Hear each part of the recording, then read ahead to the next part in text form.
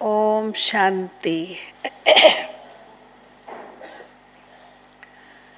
आज बीच में से हम यादवगिरी सेंटर चले गए थे। वहाँ बड़ा ब्रह्मा भोजन था, बहुत सारे भाई बहनें आए हुए थे और प्रोग्राम होते होते देरी हो गई। सुबह की क्लास ही ख़त्म होते होते 9 साढ़े 9 हो गए। फिर और बहुत सारे रिचुअल्स थे। दीदी ने सभी को गिफ्ट दिया, टोली दिया, क्लास वालों को भी ब्रह्मा भोजन खिलाया, बहुत सारा आइटम बना के। तो उसमें थोड़ा समय लग गया। फिर बाकी सब भाई बहनें गए घूमने, हम यहाँ आ गए। ഓം ശാന്തി ദീദി. അതായത് ദീദി ഇന്ന് വിശേഷമായിട്ടും മൈസൂർ ലോക്കലിലുള്ളവർക്ക് കമ്പൈൻ ക്ലാസ് ഉണ്ടായിരുന്നു നമ്മുടെ യാദഗിരി സെൻറ്ററിൽ വെച്ച്. അപ്പോൾ അതുകൊണ്ട് ദീദി പറയണ ഒരുപാട് ബ്രഹ്മഭോജനം കാര്യങ്ങളൊക്കെ ലക്ഷ്മി ബേഞ്ചി കഴിപ്പിച്ചു. പിന്നീട് ക്ലാസ് എടുക്കുമ്പോൾ തന്നെ ഏകദേശം 9:30 കഴിയുമ്പോൾ മുരളി ബാബയുടെ ഇന്നത്തെ മഹാവാക്യം അങ്ങനെ ഇവിടെ എത്തിപ്പെടാൻ ഈ വരെ സമയമായി. അപ്പോൾ ദീദിയുടെ കൂടെ വന്ന മറ്റുള്ളവരെല്ലാം മൈസൂർ കാണാൻ വേണ്ടി പോയി. ദീദി നമുക്ക് വേണ്ടി വീണ്ടും ഇവിടത്തേക്ക് മടങ്ങിയെത്തിയിരിക്കുകയാണ്. ओम शांति। अब ये जो क्या कहते हैं टॉपिक्स मिले हैं बड़े अच्छे अच्छे। वैसे अपने नियम मर्यादाओं की एक किताब बनी हुई है, उसमें भी ये सारी बातें हैं, पर फिर भी थोड़ा जैसा अनुभव शेयरिंग का चल रहा है तो मैं इस बारे में अपने अनुभव बताऊंगी. ബാബയുടെ കുട്ടികൾക്ക് നിയമമര്യാദകൾ എന്ത് എന്നതിനെക്കുറിച്ച് ഒരു പുസ്തകം തന്നെയുണ്ട്. അതുപോലെ ഇന്ത്യൻ കോൺസ്റ്റിറ്റ്യൂഷനിൽ പുസ്തകമുണ്ട്. അതുപോലെ തന്നെ ബാബയുടെ കാര്യത്തിൽ നിയമമര്യാദയുടെ പുസ്തകം ഉണ്ടാക്കിയിട്ടുണ്ട്. എന്നിരുന്നാലും ദീദി തൻ്റെ അനുഭവങ്ങളുടെ ആധാരത്തിൽ അതിനെക്കുറിച്ച് വിശദീകരിക്കാം. इसमें बात लिखी गई है कि घर गृहस्थ में रहने वाले जो भाई बहनें हैं वो अपने लौकिक और अलौकिक का बैलेंस कैसे करें. एक्चुअली ये खाली बैलेंस की बात नहीं है, बैलेंस करेंगे तो ऐसा ऐसा ही रहा, लेकिन इसमें तो ऐसा है कि वहाँ तोड़ निभाना है और यहाँ दिल का रिश्ता रखना है. അതായത് ഗൃഹസ്ഥികൾ എങ്ങനെയാണ് ലൗകിക അലൗകികം ബാലൻസ് വെച്ച് പോകേണ്ടത്. അപ്പോൾ ദീദി പറയാണ് ബാലൻസ് വെക്കുമ്പോൾ രണ്ടും രണ്ട് വഴികളിലൂടെയല്ലേ പോവുക. അതിന് പകരം ഒരു ഭാഗത്ത് നമ്മളത് ആ ബന്ധങ്ങൾ പരിപാലിച്ചു കൊണ്ടുപോവുകയും വേണം. എന്നാൽ നമ്മുടെ ഹൃദയത്തിൻ്റെ സംബന്ധം अलौकिकത്തിലായിരിക്കണം. जो बाबा से संगम युग में रिश्ता रहता है घर गृहस्थ में रहने वाले बाबा के बच्चों का भी, वो ऐसा है कि बाबा मिलते ही बच्चे क्या कहते हैं, बाबा हम आपके हैं, 100% आपके हैं. किसके? बाबा के. ബാബയുടെ ആരാണ് ഗൃഹസ്ഥികളായിരിക്കുന്ന കുട്ടികൾ, അവർ ബാബ എന്ത് പറഞ്ഞാലും ബാബയോട് പറയും ബാബ ഞങ്ങൾ അങ്ങയുടേതാണ്. അതായത് ബാബയ്ക്ക് പൂർണ്ണമായിട്ടും സമർപ്പണമാണ് എന്നുള്ളത്. क्या कहते हैं बाबा को, बाबा ये तन तेरा, ये मन तेरा, ये धन तेरा, ये सांसें तेरी, ये संकल्प तेरे. ओ मीठे बाबा, इस जीवन का हर घड़ी हर पल तुम्हें समर्पण. അത്തരത്തിലുള്ള കുട്ടികൾ ബാബയോട് പറയത്ര, ബാബ എൻ്റെ ശരീരം നിൻ്റേതാണ്, എൻ്റെ മനസ്സ് നിൻ്റേതാണ്, എൻ്റെ ധനം നിൻ്റേതാണ്, എൻ്റെ ഈ ശ്വാസം നിൻ്റേതാണ്, എൻ്റെ സങ്കല്പം നിനക്കുള്ളതാണ്, ബന്ധങ്ങളെല്ലാം തന്നെ നിനക്കായി മാറ്റിവെച്ചിരിക്കുകയാണ് എന്നുള്ളത്. सुना ये बाबा के साथ बच्चों का डील. ഇതാണ് മക്കൾ बनाते ना डॉक्यूमेंट, तो डॉक्यूमेंटेड डील है, सब कुछ आपका. അതായത് എൻ്റെ ഇതെല്ലാം നിൻ്റേത് എന്നുള്ളൊരു കരാറാണ് ഒപ്പിട്ടിരിക്കുന്നത്. ആരായിട്ട്? ബാബയുമായിട്ട്. बाबा फिर सब कुछ पोटली बांध के ऊपर तो नहीं लेके जा सकता है, उसको भी कोई केयर टेकर चाहिए. ठीक है कि नहीं? तो फिर वो बुलाता है, आओ बच्चे ये सब कुछ के तुम आज से केयर टेकर, तुम अब ट्रस्टी हो. അപ്പം എല്ലാം എത്ര കുട്ടികൾ ബാബയ്ക്ക് നൽകും? ബാബയ്ക്ക് ശരീരം ഇല്ലാത്തതുകൊണ്ട് ഇതൊക്കെ കെട്ടി പൂട്ടി പറക്കി അങ്ങ് വതനത്ത് കൊണ്ടുപോകാൻ പറ്റില്ല. അതുകൊണ്ട് ബാബ ഈ കൊടുത്തിരിക്കുന്ന എല്ലാ സംഭവങ്ങളെയും നോക്കി നടത്തിപ്പുകാരൻ ഒരാൾ ആവശ്യമാണ്, ടേക്ക് കെയർ ഒരാൾ ആവശ്യമാണ്. അവരെ ബാബ ട്രസ്റ്റി എന്ന് വിളിക്കുന്നു. ആരെ? ഗൃഹസ്ഥികൾ. അവരെ ബാബ വീണ്ടും അടുത്തേക്ക് വിളിക്കും, വരൂ ഇതൊക്കെ നിങ്ങൾ നോക്കി നടത്താൻ വേണ്ടിയിട്ട്. जिसने अपना सब कुछ बाबा को दे दिया है वो जरा हाथ उठाओ. ഇവിടെ ആരാണോ എല്ലാം ബാബയ്ക്ക്, നേരത്തെ പറഞ്ഞതുപോലെ എല്ലാം ബാബയ്ക്ക് നൽകിയിരിക്കുന്ന കുട്ടികൾ, അത്തരത്തിലുള്ളവർ കൈ ഉയർത്തും. हाथ उठाओ. दे दिया? नहीं, सबने नहीं दिया अभी. അതിൽ മരുമകനില്ല, പേരക്കുട്ടികളില്ല, മക്കളില്ല. ഇന്നലെ പറഞ്ഞത് ഓർമ്മ വേണേ. सुना? एक्चुअल ये डील है. जैसे ही हम बाबा को पहचानते हैं, बाबा के बनते हैं, वैसे ही सबसे पहला काम क्या करते हैं? सब कुछ बाबा को अर्पण कर देते हैं. बाबा ये सब कुछ आपका है, मैं भी आपका हूँ, ये तन आपका है, मन आपका है, धन आपका है, श्वासें आपकी, संकल्प आपके, सब कुछ दे दिया. तो जैसे कि बाबा के आगे समर्पित हो गए. അതായത് ബാബയ്ക്ക് പൂർണ്ണമായിട്ട് ബാബയുടെ അത്തരത്തിലുള്ള കുട്ടികളാകും. അതായത് ബാബയുടെ എല്ലാം പറഞ്ഞല്ലോ, എൻ്റേത് എന്തുണ്ടോ അതെല്ലാം നിൻ്റേതാണ്. ശരീരം, മനസ്സ്, ധനം, ശ്വാസം, സങ്കല്പം, സംബന്ധം എല്ലാം നിൻ്റേതെന്ന് പറയുമ്പോൾ എൻ്റേതായിട്ട് പിന്നൊന്നും ഉണ്ടാവുകയില്ല. എല്ലാം ബാബയുടെ, അത്രയും എല്ലാം ബാബയ്ക്ക് കൊടുത്തതുപോലെ. सुना? उसके बाद जब मेरा कुछ भी नहीं रहा, उसके बाद फिर बाबा हमको निमित्त बनाता है, ट्रस्टी बनाता है कि बच्चे तुम्हारा कुछ नहीं, सब कुछ मेरा है, लेकिन तुम ट्रस्टी बन करके बैठो, तुम मेरे रिप्रेजेंटेटिव हो इस परिवार को चलाने के लिए. എപ്പോഴാണോ അത്തരത്തിൽ നമ്മൾ ബാബയ്ക്ക് തൻ്റേതെല്ലാം കൊടുത്ത് എൻ്റേതായിട്ടൊന്നുമില്ല, വെറും കൈ, കാലിക്കൈയിൽ നിൽക്കുന്നത്, അപ്പോഴാണ് നിങ്ങൾക്ക് ബാബ അങ്ങോട്ട് തിരിച്ച് ഓഫർ നൽകുന്നത്. വരൂ കുട്ടി, ഇത് നിൻ്റേതായിട്ട് ഇവിടെ ഒന്നുമില്ല, ഇനി എൻ്റേതെന്താണോ നീ തന്നിരിക്കുന്നത് അതിനെ പരിപാലിക്കാൻ വേണ്ടി നിന്നെ ഞാൻ നിമിത്തമാക്കുന്നു. ട്രസ്റ്റി ആയിട്ട് അതിനെയൊക്കെ പരിപാലിച്ചോളാം. നോക്കി നടത്തിപ്പുകാർ. फिर क्या हो जाता है? हम कहाँ से खाते हैं? बाबा के भंडारे से खाते हैं, ब्रह्मा भोजन खाते हैं. फिर ऐसे ब्राह्मण जिनका सब कुछ बाबा का, बाबा ने ले लिया और उसको ट्रस्टी बनाया, उसने एक्सेप्ट कर लिया कि मैं इस सारे सेटअप का ट्रस्टी हूँ, तो वो भोजन कौन सा करता है? ब्रह्मा भोजन करता है, ब्रह्मा बाबा के भंडारे से. उसकी पालना कहाँ से होती है? पालना होती है ब्रह्मा बाबा की, शिव बाबा की भंडारी से. भंडारी देखा ना, यहाँ का दिख रहा है, बाबा की भंडारी होती है ना, तो वैसे ही हाँ, शिव बाबा की भंडारी से उसकी पालना पोषना होती, और शिव बाबा के भंडारे से वो रोज ब्रह्मा भोजन खाता है. क्यों? जहाँ वो रह रहा है वो किसका है? शिव बाबा का है. എപ്പോഴാണോ ആ പ്രകാരത്തിൽ നമ്മൾ ട്രസ്റ്റി ആകുന്നത്, ഗൃഹസ്ഥി ട്രസ്റ്റിയായി മാറുന്നത്, അതിനുശേഷം, അതായത് എല്ലാം ബാബയ്ക്ക് കൊടുത്ത് എൻ്റേതായിട്ടൊന്നുമില്ല, അപ്പോഴാണ് ബാബാനെ ട്രസ്റ്റിയാക്കി മാറ്റുന്നത്. പിന്നീട് നെക്സ്റ്റ് സ്റ്റെപ്പ് ട്രസ്റ്റികളുടെ എന്താണ്? ട്രസ്റ്റി എന്ന് പറഞ്ഞു കഴിഞ്ഞാൽ പിന്നെ അവർ ഭക്ഷണം കഴിക്കുന്നത് പോലും, താഴെ ഭണ്ഡാരമുണ്ട്, രണ്ടാണ്, ഒന്ന് ഭണ്ഡാരം ഒന്ന് ഭണ്ഡാരി. അപ്പോൾ താഴെ നിന്ന് ഭക്ഷണം കഴിക്കുന്നു എന്നർത്ഥം, ബ്രഹ്മ ഭണ്ഡാരത്തിൽ നിന്നും ഭോജനം ഉണ്ടാക്കി ആ ബ്രഹ്മ ഭോജനം കഴിക്കുന്നത്. ബാക്കി നിങ്ങൾക്ക് വസ്ത്രം, നിങ്ങളുടെ കാര്യങ്ങൾ എന്തൊക്കെ ചെയ്യണോ അത് ബാബയുടെ ഭണ്ഡാരത്തിൽ നിന്ന് എടുത്തിട്ടാണ് ചെയ്യുന്നതെന്നുള്ള ആ ഒരു സ്മൃതിയിൽ വേണം അത് ചെലവാക്കാൻ. सुना? ये हम लोग तो तन से, स्थूल तरह से बाबा को समर्पित हैं, लेकिन ऐसे जो गृहस्थी आत्माएं हैं वो मन से संपूर्ण रूप से बाबा को समर्पित है. उनका दिल, मन, प्राण हमेशा बाबा को समर्पित रहता है. അതായത് ഇതുപോലെ നമ്മൾ സിസ്റ്റേഴ്സ് എന്ന് പറയുമ്പോൾ അത് ബ്രദേഴ്സ്, അത്തരത്തിൽ സ്ഥൂല രൂപത്തിൽ ബാബയ്ക്ക് സറണ്ടറായി സെൻട്രൽ നിൽക്കുന്നു. എന്നാൽ ഗൃഹസ്ഥികൾ എന്ന് പറയുമ്പോൾ അങ്ങനെയല്ല. അവരെന്ന് പറയുന്ന അത്തരത്തിലുള്ള കുട്ടികളായിരിക്കും. അവരുടെ മനസ്സ്, ഹൃദയം, അവരുടെ പ്രാണൻ, സങ്കല്പം എല്ലാം ബാബയ്ക്ക് വേണ്ടി സമർപ്പിച്ചിരിക്കും. कल तो समर्पित भाई बहनों की बात थी तो वो बात बताया, लेकिन आज गृहस्थियों की सीक्रेट बताती हूँ, जो बाबा ने मुरली में कई बार कहा है. गृहस्थी आत्माएं ही बहुत महान आत्माएं हैं.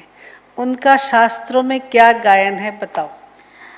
ഗൃഹസ്ഥത്തിൽ നിൽക്കുന്ന ട്രസ്റ്റികളായിരിക്കുന്ന ആത്മാക്കൾ തന്നെയാണ് മഹാനാത്മാക്കൾ. ഇന്നലെ ദീദി സ്ഥൂലമായിട്ട് സറണ്ടർ ആയിരിക്കുന്ന സഹോദരി സഹോദരന്മാരുടെ രഹസ്യങ്ങളൊക്കെ കേൾപ്പിച്ചു. ഇന്ന് ട്രസ്റ്റികളായി മാറിയിരിക്കുന്ന ഗൃഹസ്ഥികളുടെ രഹസ്യങ്ങൾ കേൾപ്പിക്കുകയാണ്. അതായത് അതിനെക്കുറിച്ച് ശാസ്ത്രത്തിലും കൂടി പരാമർശിക്കുന്നുണ്ട്. അത് എന്ത് കാര്യമായിരിക്കും, അത് കേൾപ്പിക്കട്ടെ എന്ന് ചോദിച്ചു. पता है किसके बारे में बाबा कहते हैं? राजा जनक के बारे में कहते हैं. അല്ലെ, ഗൃഹസ്ഥത്തിലുള്ള ഇത് പറഞ്ഞിരിക്കുന്നത് ജനകനെ കുറിച്ച്. राजा जनक गृहस्थी थे, राजा थे, ठीक है कि नहीं? लेकिन उनकी जो रुचि थी आध्यात्मिकता की गहराई में जाने के लिए, उन्होंने बहुत पंडितों को बुलाया, बहुत सारे लोगों को, विद्वानों को बुलाया, लेकिन उनको ज्ञान किनसे मिला? अष्टवक्र से मिला, ठीक है कि नहीं? कैसे ज्ञान मिला, कितने समय में उनको बहुत ज्ञान मिला, बहुत अच्छा उन्होंने वर्णन किया है. राजा जनक ने कहा जैसे घोड़ा होता है ना, घोड़ा पे जब चलते हैं, घोड़ा के एक नाल में पाँव रख करके दूसरे पाँव को नाल तक ले जाने में जितना टाइम लगता है, आत्मा अनुभूति का ज्ञान उतने समय में होता है. बाबा जिसको कहते हैं 1 सेकंड में, ठीक है कि नहीं? तो जिस दिन ये रियलाइज हो गया कि मैं आत्मा हूँ, शिव बाबा का बच्चा हूँ, उस दिन बहुत ज्ञान मिल गया, संपूर्ण ज्ञान मिल गया. അതായത് ഗൃഹസ്ഥികളുടെ ഉദാഹരണമാണ് ജനക മഹാരാജാവിനെ കുറിച്ച് നമ്മൾ കേട്ടിട്ടുള്ളത്. നമ്മൾ കേട്ടിട്ടുണ്ടല്ലോ, ജനക മഹാരാജാവിന് ഒരു ഞൊടിയിൽ ജ്ഞാനം കിട്ടി എന്ന് പറയാം. അതിനെ ബാബ പറയാറുണ്ട്, 1 സെക്കൻഡിൽ ജ്ഞാനം കിട്ടി എന്നുള്ളത്. അപ്പോൾ അത്രയും വലിയ മഹാരാജാവാണെങ്കിലും ഗൃഹസ്ഥിയാണെങ്കിലും രാജാവിന് വലിയൊരു താല്പര്യമായിരുന്നു ആധ്യാത്മികതയുടെ ആഴത്തിലേക്ക് ഇറങ്ങണം എന്നുള്ളത്. ഒരുപാട് പണ്ഡിതന്മാരും കാര്യങ്ങളൊക്കെ ഉണ്ടായിരുന്നു. എന്നിരുന്നാൽ പോലും ആ കഥ നിങ്ങൾക്ക് അറിയായിരിക്കാം. ലാസ്റ്റ് ജ്ഞാനം കിട്ടിയത് ആരിൽ നിന്നായിരുന്നു?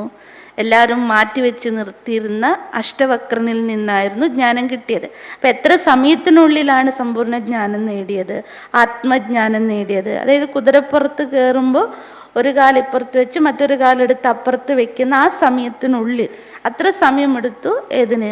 ആത്മജ്ഞാനം നേടാൻ. ആ ആത്മജ്ഞാനത്തിൽ സമ്പൂർണ്ണ ജ്ഞാനം അടങ്ങി.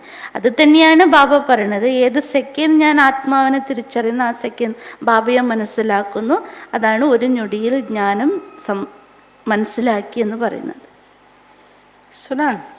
तो क्या हो गया? जैसे ही ज्ञान मिला, जनक क्या बन गए? अनुजनक बन गए. ജ്ഞാനപ്രാപ്തിയോടെ തന്നെ ജനകൻ എന്തായി? ജനക മഹാരാജാവ് അനുജനകനായി മാറി. और उनको विदेही का खिताब मिला, विदेही का टाइटल मिला. അവർക്ക് വിദേഹി എന്ന ടൈറ്റിലും കൂടി അവർക്ക് ലഭിച്ചു. अब जैसे ही साधु संतों ने, ऋषियों मुनियों ने जो पहाड़ों पे तपस्या कर रहे थे हिमालय में, उन्होंने जब सुना कि ये क्या हो गया, राजा जनक अनुजनक विदेही बन गया, एक गृहस्थी को कैसे विदेही का टाइटल मिल सकता है? हम लोग बैठे हैं, इतने वर्षों से तपस्या कर रहे हैं, हमारे होते हुए भी उनको विदेही का टाइटल कैसे दिया गया? അപ്പോൾ മറ്റ് പണ്ഡിതന്മാരും തപസ്വികളൊക്കെ ഉണ്ടായിരുന്നല്ലോ, വർഷങ്ങളോളം ഹിമാലയത്തിൽ അവിടെയൊക്കെ തപസ് ചെയ്തവർ. അവർക്ക് ചിന്ത വരാൻ തുടങ്ങി, ഗൃഹസ്ഥിയായിരുന്ന ഒരു മഹാരാജാവായിരുന്ന ഒരു വ്യക്തിക്ക് എങ്ങനെയാണ് അനുജനക്ക് അതോ വിദേഹി എന്നുള്ള ടൈറ്റിൽ നൽകാൻ പറ്റുക? ഇത്രയും കാലം തപസ് ചെയ്ത ഞങ്ങൾക്ക് കിട്ടാത്തത് എങ്ങനെയാണ് അവർക്ക് കിട്ടാൻ സാധിക്കുക എന്നുള്ളത്. सुना? तो एक साधु भाग भाग के आए. कहाँ से? हिमालय से. कि ये तो बड़ा गड़बड़ी हो गया, हमारे होते हुए एक गृहस्थी आत्मा को इतना ऊंचा टाइटल मिल गया. राजा हुआ तो क्या हुआ, है तो गृहस्थी, हमारी तरह से तो सन्यासी नहीं है, ब्रह्मचारी नहीं है, सब कुछ का त्याग नहीं किया, फिर उसको इतना बड़ा टाइटल कैसे मिला? तो उसको टेस्ट करने के लिए वो आकर के पहुँचे, साधु आकर के पहुँचे. ഇത് കേട്ടതോടെ, അതായത് രാജാ ജനക് വിദേഹി എന്നുള്ള ടൈറ്റിൽ പ്രാപ്തമാക്കി എന്നത് മനസ്സിലാക്കിയതോടെ തന്നെ ഹിമാലയത്തിൽ തപസ് ചെയ്തിരുന്ന മഹർഷി ഓടി ഓടി ഇവരുടെ രാജധാനിയിലേക്ക് എത്തി. ഒരു രാജാവാണെങ്കിൽ എന്താണ്, അയാളൊരു ഗൃഹസ്ഥിയല്ലേ, ബ്രഹ്മചര്യ വ്രതവും ഇല്ല, ഒന്നും ത്യാഗം ചെയ്തിട്ടുമില്ല, കൂടാതെ തപസ്സും ഇല്ല, ഒന്നുമില്ല.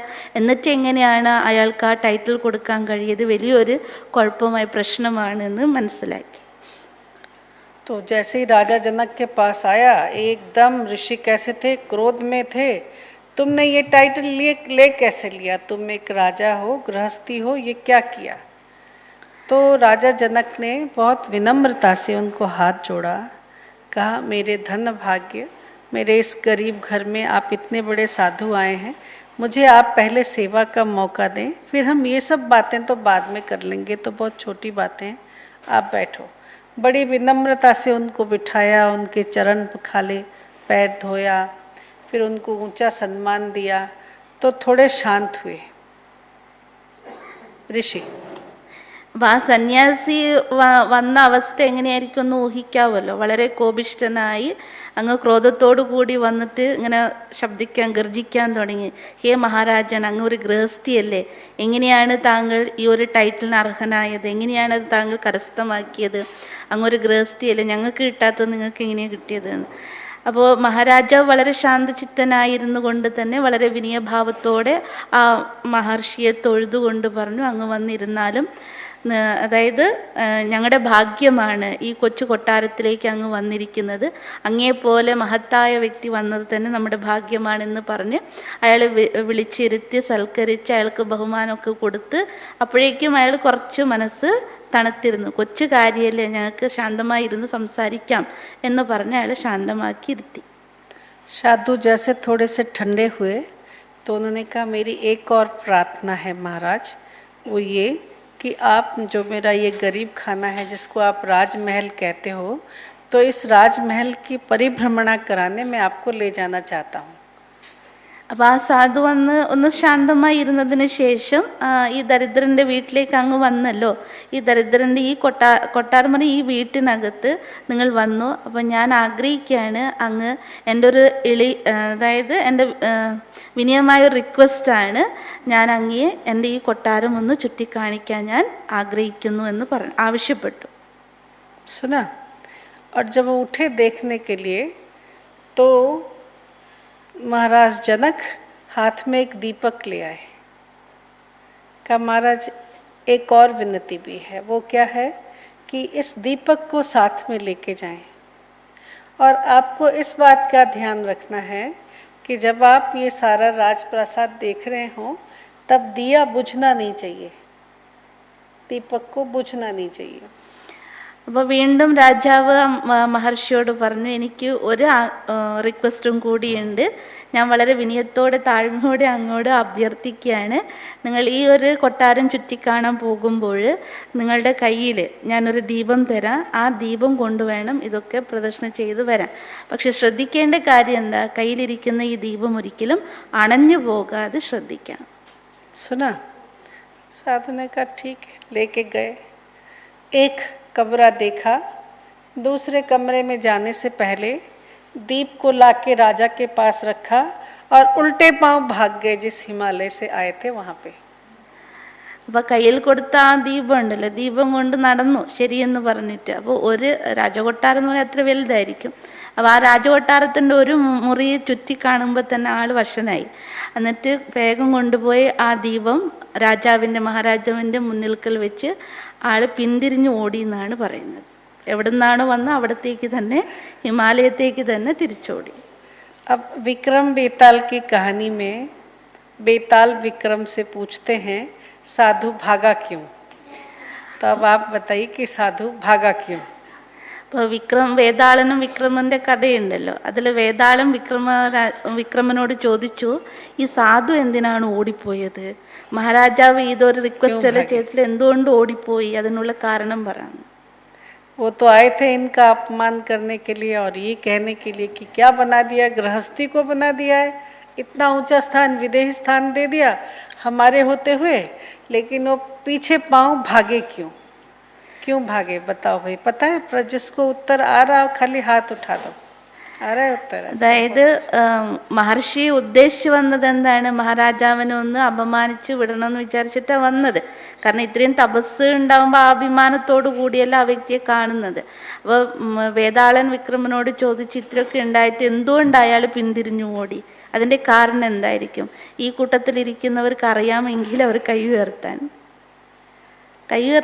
सुना. एक्चुअली क्यों भागे, वो उनका लॉजिक समझ पाए, जो दीपक दिया था ना, लॉजिक समझ पाए. दीपक इंडिकेटर था किसका, आत्मा दीप का. और ये जो स्थूल महल देखने का था वो उनका सारा एम्पायर था, सारा राज्य था जिसको वो चला रहे थे। तो उन्होंने ये बताया कि दोनों का बैलेंस कर पाना कितना मुश्किल है। खाली साधु बनना, सन्यासी बनना, एक ही लय में तपस्या करना, एक ही तरह का जीवन जीना सहज है, लेकिन दोनों को लेके चलना, इस दीपक को भी बुझने नहीं देना और कारोबार भी संभालना, इसमें बैलेंस करना बहुत मुश्किल है। जैसे ही साधु ने इस बात को रियलाइज किया, वो वहाँ दीपक रख करके भागे। ठीक है, ആ ഒരു സാധു അഥവാ സന്യാസിക്ക് മനസ്സിലായി, അതായത് അതിൻ്റെ ലോജിക്ക് എന്താണ് ജനക മഹാരാജാവ് അതിൽ ഉദ്ദേശിച്ചത് എന്നുള്ളത്. അപ്പോൾ ആ ദീപം കൊടുത്തിട്ടുണ്ടല്ലോ, അപ്പോൾ ആ ദീപം, ആ പ്രകാശിക്കുന്ന ദീപം ഉദ്ദേശിച്ചത് എന്താണ്? ആത്മജ്യോതിയാണ്. ബാക്കി ആ ഇത് തളിക എന്താണോ അത് മൊത്തം സാമ്രാജ്യത്തെയാണ് അവിടെ സൂചിപ്പിക്കുന്നത്. അപ്പോൾ വെറും സന്യാസിയായി ഇരുന്ന് തപസ് ചെയ്യുക, ഒരേ മാർഗജീവിതം സദാ നടത്തുക, അത് എളുപ്പമാണ്. പക്ഷെ ബാലൻസ് ചെയ്ത് കൊണ്ടുപോകുക, അതായത് ജീവിതം നയിക്കുമ്പോഴും ആത്മജ്യോതി ഒരിക്കലും അണയാതെ സൂക്ഷിച്ചു കൊണ്ടുപോവുക, ലൗകിക അലൗകിക രണ്ടും ബാലൻസിൽ കൊണ്ടുപോകുക, അത് അത്ര എളുപ്പമല്ല എന്നുള്ളത് അയാൾക്ക് ബോധ്യപ്പെട്ടതുകൊണ്ടാണ് ദീപം അവിടെ ഉപേക്ഷിച്ച ആള് പിന്തിരിഞ്ഞ് ഓടിയത്. सुना कहानी। तो गृहस्थी भाई बहनों की सेवा समर्पित हुए भाई बहनों से ऊंची है, और अगर वो उस प्रकार के लेवल से अपने जीवन को राजा जनक के स्टैंडर्ड से जीते हैं, ऐसे बाबा के बच्चों के लिए बाबा कहते हैं घर गृहस्थ में रहने वाले बच्चे घर पे बाबा के घर में समर्पित हुए बच्चों से भी आगे जा सकते हैं. ഇപ്പോൾ ബാബ എപ്പോഴും മുരളിയിൽ പറയാറുണ്ടല്ലോ, അതായത് ഗൃഹസ്ഥത്തിലിരിക്കുന്ന മക്കളാണ് ബാബയുടെ വീട്ടിൽ നിൽക്കുന്ന സറണ്ടറായിരിക്കുന്നവരെക്കാളും വളരെ മുന്നോട്ട് പോകാൻ കഴിയാന്ന് കേട്ടിട്ടുണ്ടാവും. അപ്പോൾ വാസ്തവത്തിൽ എങ്ങനെയുള്ള മക്കളാണെന്നാണ് ഉദാഹരണം പറഞ്ഞത്. ജനക മഹാരാജാവിനെ പോലെ ആ ഒരു സ്റ്റാൻഡേർഡിൽ അവരുടെ സ്റ്റാൻഡ് നിലനിർത്തിക്കൊണ്ട് അത്രയും ശ്രേഷ്ഠമായിട്ടുള്ള ജീവിതം നയിക്കുന്നവർ, ബാബ പറയാണ് ഇവരെക്കാളും അവർ മുന്നോട്ട് പോകാൻ കഴിയും. सुना? तो बाबा को ऐसे गृहस्थी बच्चों की ज़रूरत है जो घर गृहस्थ में रहते हुए भी बाबा की सेवाओं को आगे बढ़ाएं. और ऐसे जो आगे बढ़ने वाले बच्चों की कई लिस्ट हमारे अनुभव में है, कई आत्माओं को हमने बड़े नज़दीक से देखा है. उनमें से एक हमारे आदरणीय रमेश भाई जी और उषा बहन. അപ്പോൾ ദീദി പറയാണ് അത്തരത്തിലുള്ള ഗൃഹസ്ഥികളായിരിക്കുന്ന മക്കളെയാണ് ബാബ ഇപ്പോഴും ആഗ്രഹിക്കുന്നത്, ബാബയ്ക്ക് ആവശ്യമുള്ളതും, അതായത് ബാബയുടെ സേവനം മുന്നോട്ട് നയിക്കാൻ വേണ്ടിയിട്ട്. അപ്പം അത്തരത്തിൽ ഒരുപാട് എക്സാമ്പിൾസ് ദീദിയുടെ പക്കലുണ്ട്. അതിൽ ഒരു എക്സാമ്പിൾ പറയാണ് നമ്മുടെ രമേശ് ഭായും ഉഷാ ദീദിയും. അപ്പം എല്ലാവർക്കും പരിചയമുള്ളതാണ് रमेश भाई. सबको परिचय है. अभी नए नए बाबा के बच्चे तो कम जानते होंगे, हाँ, लेकिन पुराने सभी जरूर जानेंगे. रमेश भाई जी को, उषा बहन को, उनका बाबा के यज्ञ में सेवाओं के लिए योगदान बियॉन्ड कैलकुलेशन है. बहुत उन्होंने सेवाएं की हैं. सांसों सांस में बाबा बसता था. हर एक सेवा में जैसे हर समय उनको यही लगी रहती थी कि हम बाबा की और क्या सेवा करें, नवीनता क्या लाएं सेवा में, और क्या नवीनता करें. രമേശ് ഭായ് പിന്നീട് ഉഷ ദീദി അവർ ബാബയുടെ അത്രയധികം എന്താ പറയുക, അത്ര വിശേഷ ആത്മാക്കളായിരുന്നു ബാബയുടെ മക്കൾ. അവർ യുഗൾസ് ആയിരുന്നു. അപ്പോൾ ദീദി പറയാണ് അവരുടെ ഓരോ ശ്വാസം ഓരോ സങ്കല്പത്തിലും ബാബയ്ക്ക് വേണ്ടി എന്ത് ചെയ്യണം, ബാബയ്ക്ക് വേണ്ടി എന്ത് ചെയ്യണം എന്നുള്ള സങ്കല്പം, അതുപോലെ ബാബയുടെ സേവനത്തിൽ എന്തെല്ലാം നവീനത കൊണ്ടുവരണം, ഈ സങ്കല്പം ഓരോ നിമിഷം ഓരോ സെക്കൻഡ് അവരിൽ വരുമായിരുന്നു. मम्मा जाके उनके घर में रहे 10 मास, और घर महल नहीं था, 2 कमरों का मकान. रमेश भाई जी उषा बहन का बॉम्बे में जो फ्लैट है 2 कमरों का, 2 बेडरूम, क्या 2 BHK जो बोलते हैं ना, ऐसा ही था.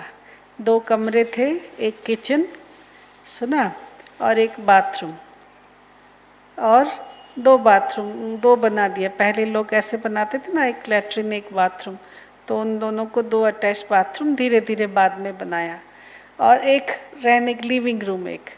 बस इतनी सी जगह में बाबा आके रहे. बाबा रहे नहीं, बाबा आते जाते थे. मम्मा आके 10 मास वहाँ रही, और दादी प्रकाश मणि का वो घर था, जैसे कि हाँ, जैसे लौकिक में बहनों का लौकिक घर होता है ना, तो दादी प्रकाश मणि का वो लौकिक घर था।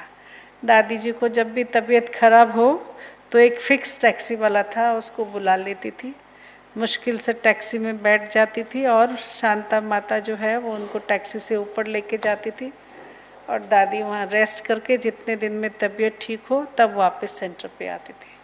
सुना, गृहस्थी लोग, लेकिन बाबा के कैसे बच्चे, कितने अनन्य बच्चे, सोचो।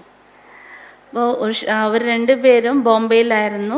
ബോംബെയിൽ അവരൊരു ഫ്ലാറ്റിലായിരുന്നു. അവർ അവിടെ 2 ബെഡ്റൂമും ഒരു കിച്ചണും ഒരു ലിവിങ് റൂം 2 ബാത്റൂം അത്രമാത്രം സൗകര്യം അവിടെ ഉണ്ടായിരുന്നുള്ളൂ. അപ്പോൾ ബാബ വന്നു പോകുമായിരുന്നു, ബ്രഹ്മ ബാബ. പക്ഷെ അതേ സമയത്ത് മമ്മ അവിടെ 10 മാസത്തോളം താമസിച്ചിരുന്നു. പിന്നീട് നമ്മുടെ പ്രകാശ് മണി ദാദിക്ക് അത് സ്വന്തം വീട് പോലെയാണ്, ലൗകിക വീട് പോലെയാണ്. ഇതുപോലെ പെങ്ങൾ വന്ന് നിൽക്കുമല്ലോ, അതുപോലെയായിരുന്നു. അപ്പം ദാദിക്ക് എപ്പോഴെങ്കിലും അത്രത്ത് ശാരീരികമായ അസ്വസ്ഥത ഫീൽ ചെയ്താൽ അവർ ഫിക്സ് ആയിരിക്കുന്ന ഒരു ടാക്സി ഉണ്ടായിരുന്നു. ടാക്സി ഡ്രൈവർ അവരെ വിളിക്കുമായിരുന്നു, അവിടെ പോകുമായിരുന്നു. എത്ര സമയം ആ രോഗം ഭേദമാകുന്നു അത്ര സമയം അവിടെ താമസിച്ച് പിന്നീട് പോകുമായിരുന്നു.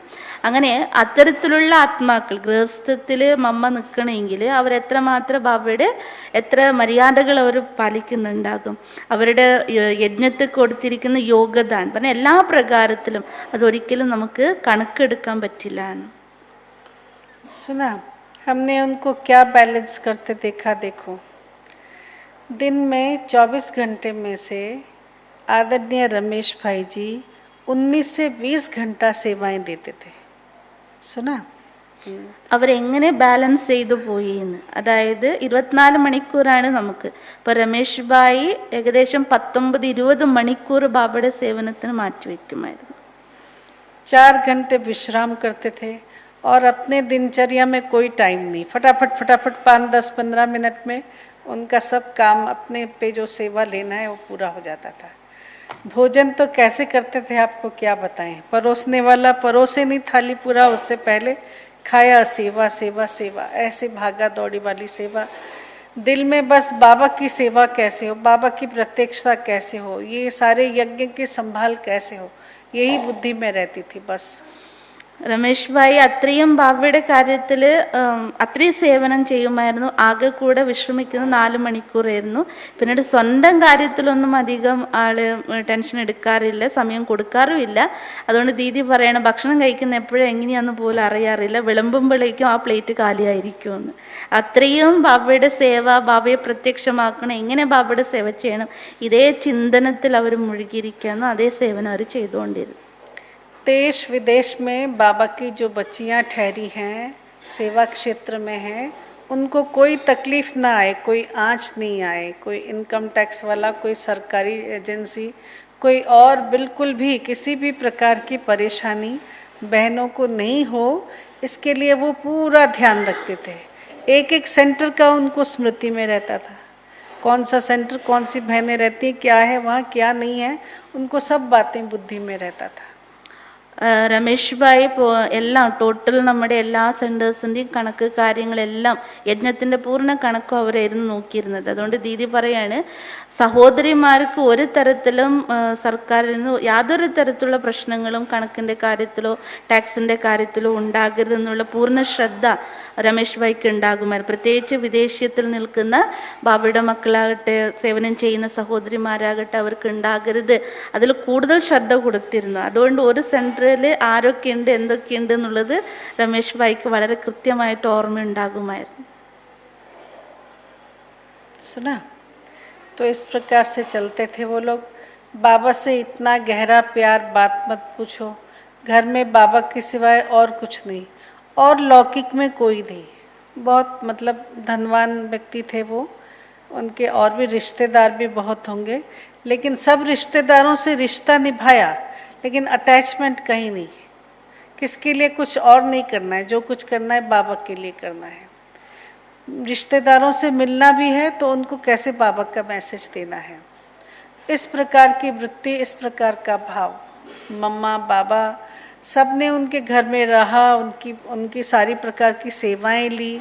तो हमें ऐसा अपने आप को बनाना है कि हमारी जो टीचर दीदी है वो हम पे संपूर्ण निश्चय रखे, जैसे कि बाबा का दूसरा घर मेरा घर हो, उस प्रकार से अपनी गृहस्थी को चलाना है।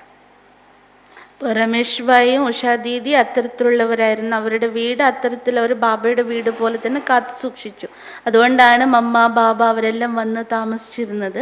അപ്പം അതുപോലെ ദീദി പറഞ്ഞു തരികയാണ്, ഒന്ന് ബാബയുടെ വീട്, ബാബയുടെ സെൻറ്റർ, രണ്ടാമത്തത് ബാബയുടെ വീട് എന്ന് പറഞ്ഞാൽ അത് എൻ്റെ വീടായിരിക്കണം.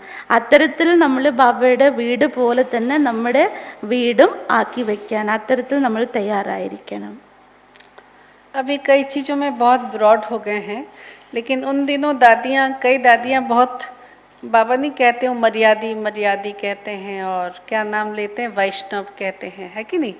तो कई दादियाँ फैमिली से ही वैष्णव का क्वालिटी उनमें होता। तो हमने देखा, अब मेरे लौकिक पिताजी का ट्रांसफ़र हुआ पटियाला, वहाँ पे मिट्ठू दादी जी रहते थे। दादी अगर गृहस्थियों के घर में जाकर के आती ना, पूरा सिर से ड्रेस पूरा चेंज करके नहाती थी।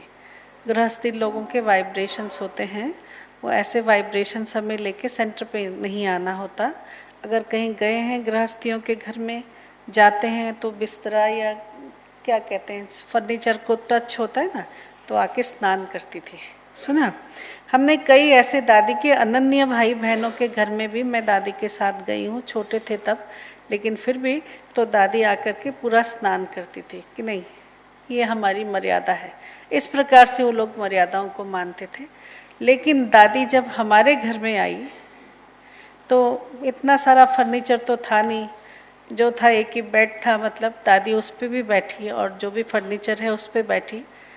लेकिन दादी ने उस घर को जैसे अपना घर समझा। किसी के घर में पानी तो कैसे पिएगी, जबकि छूने पे स्नान करती थी आके। दादी ने वहाँ पे पानी पिया, हमारी माताजी के हाथ का बनाया हुआ पकोड़ा खाया। उसके बाद भी जब भी कोई स्पेशल चीज़ बनती थी हमारे लौकिक घर में, तो वो दादी जी ज़रूर स्वीकार करती थी। दादी भी कुछ बनाती थी, सिंधी कड़ी या स्पेशल, तो वो हमको देती थी, और हमारी माताजी तुलसी माताजी के हाथ का बनाया हुआ दादी ज़रूर खाती थी। तो उसका जो रीज़न बताया, അതായത് രമേഷ് ഭായിൻ്റെ മറ്റൊരു വിശേഷത പറഞ്ഞിരിക്കുകയാണ്. അവർ ലൗകികത്തിൽ വളരെ ധനവാനായിരുന്നു, സമ്പന്നായിരുന്നു. പക്ഷെ ബാബയുടെ ആയതിനു ശേഷം ബാബ തന്നെയാണ് അവരുടെ എല്ലാ സർവസ്വവും, ബാബയുടെ പരിവാരം. അതുകൊണ്ട് യാതൊരു ബന്ധങ്ങൾ ഉണ്ടായിരുന്നില്ല. ബന്ധങ്ങളെ നിറവേറ്റിയെങ്കിലും ബന്ധങ്ങൾക്ക് വേണ്ടി ഒന്നും ചെയ്തിരുന്നില്ല. കൊടുക്കുകയാണെങ്കിൽ അവരോട് മിലനം ചെയ്യുകയാണെങ്കിൽ ബാബയുടെ സന്ദേശം കൊടുക്കുക എന്നുള്ള ഉദ്ദേശത്തോടു കൂടി. അപ്പം അത്തരത്തിലായിരുന്നു അവരുണ്ടായിരുന്നത്. മറ്റൊരു അനുഭവം ദീദി പറയാണ്. ദീദിയുടെ ലൗകിക അച്ഛൻ ട്രാൻസ്ഫർ ആയപ്പോൾ, പട്ടിയാലയിലേക്ക് ട്രാൻസ്ഫർ ആയപ്പോൾ അവിടെ മിട്ടു ദാദിയാണ് ഉണ്ടായിരുന്നത്. നമുക്കറിയാം വൈഷ്ണവരെന്ന് പറഞ്ഞാൽ എങ്ങനെയായിരിക്കും, ആരെങ്കിലും ഒന്ന് തൊട്ടാലും പിടിച്ചാലും ഒക്കെ അപ്പോൾ അവർ ഫുള്ള് സ്നാനം ചെയ്ത് ഡ്രസ്സൊക്കെ മാറ്റിക്കളയും.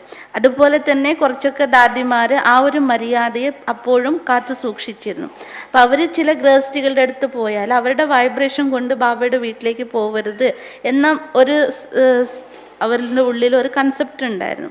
അതുകൊണ്ട് മറ്റുള്ള ഗൃഹസ്ഥികളുടെ വീട്ടിൽ പോയാൽ അവരുടെ ബെഡിലോ അല്ല ഫർണിച്ചറിൽ ഇരുന്നാലും ഉടനെ വന്ന് കുളിച്ച് ഡ്രസ്സ് ചേഞ്ച് ചെയ്യുമായിരുന്നു.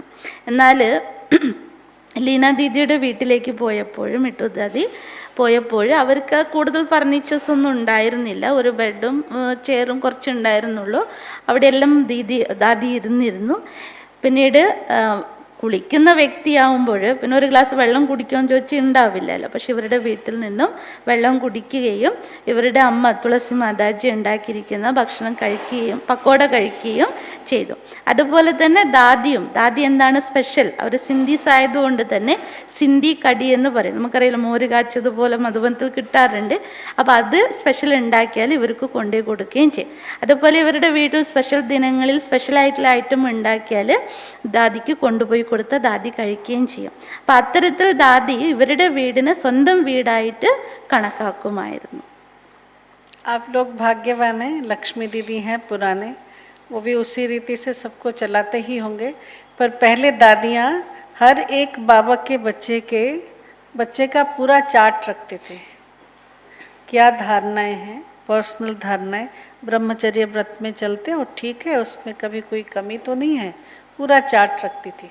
ठीक है, उसके बाद भोजन कैसे बनाते हो, क्या खाते हो, रोज बाबा को भोग लगता है कि नहीं लगता है, बाबा का कमरा कहाँ है घर में, बाबा के बर्तन कहाँ है, कैसे रखा है, बाबा के भंडारा कैसे, उसमें किचन जहाँ खाना बनाते हैं उसकी सफाई, उसकी मेंटेनेंस कैसी है, क्या वाइब्रेशन आता है, वो सूंघ के समझ जाते थे और जानते थे कि इन बच्चों की धारणाएं क्या होगी। तो उसको सेंटर, जैसे बाबा के घर का सेंटर का एक्सटेंशन समझते कि ये बाबा के घर जैसा घर है। അതായത് ഇവിടെ നിങ്ങളുടെ ഭാഗ്യമാണ്, നമ്മുടെ ലക്ഷ്മി ബെഞ്ചും കൂടി അത്ര തന്നെ നിയമമര്യാദകളെ പാലിക്കുന്ന കാര്യത്തിലും സ്ട്രിക്റ്റ് തന്നെയാണ്. പണ്ടൊക്കെ ദീദി അതിലും കൂടി ശ്രദ്ധ വയ്ക്കുമായിരുന്നു. പക്ഷെ ദാദി അന്ന് ഉണ്ടായിരുന്ന ഗൃഹസ്ഥികളായിരിക്കുന്ന ബാബയുടെ മക്കളുടെ ചാർട്ട് ദാദി കാത്തു സൂക്ഷിക്കുകയായിരുന്നു. അവരോട് പേഴ്സണലി ചോദിക്കുമായിരുന്നു, നിങ്ങളുടെ ധാരണയുടെ കാര്യങ്ങൾ എങ്ങനെയൊക്കെയുണ്ട്, ബ്രഹ്മചര്യ വ്രതം പൂർണ്ണമായി പാലിക്കുന്നുണ്ടോ, അതിലെന്തെങ്കിലും വ്യത്യാസ കുറവുകൾ വരുത്താറുണ്ടോ, രണ്ടാമത്തെ ഭോജനത്തിൻ്റെ കാര്യം ശ്രദ്ധിക്കുകയായിരുന്നു, ചോദിക്കുകയായിരുന്നു.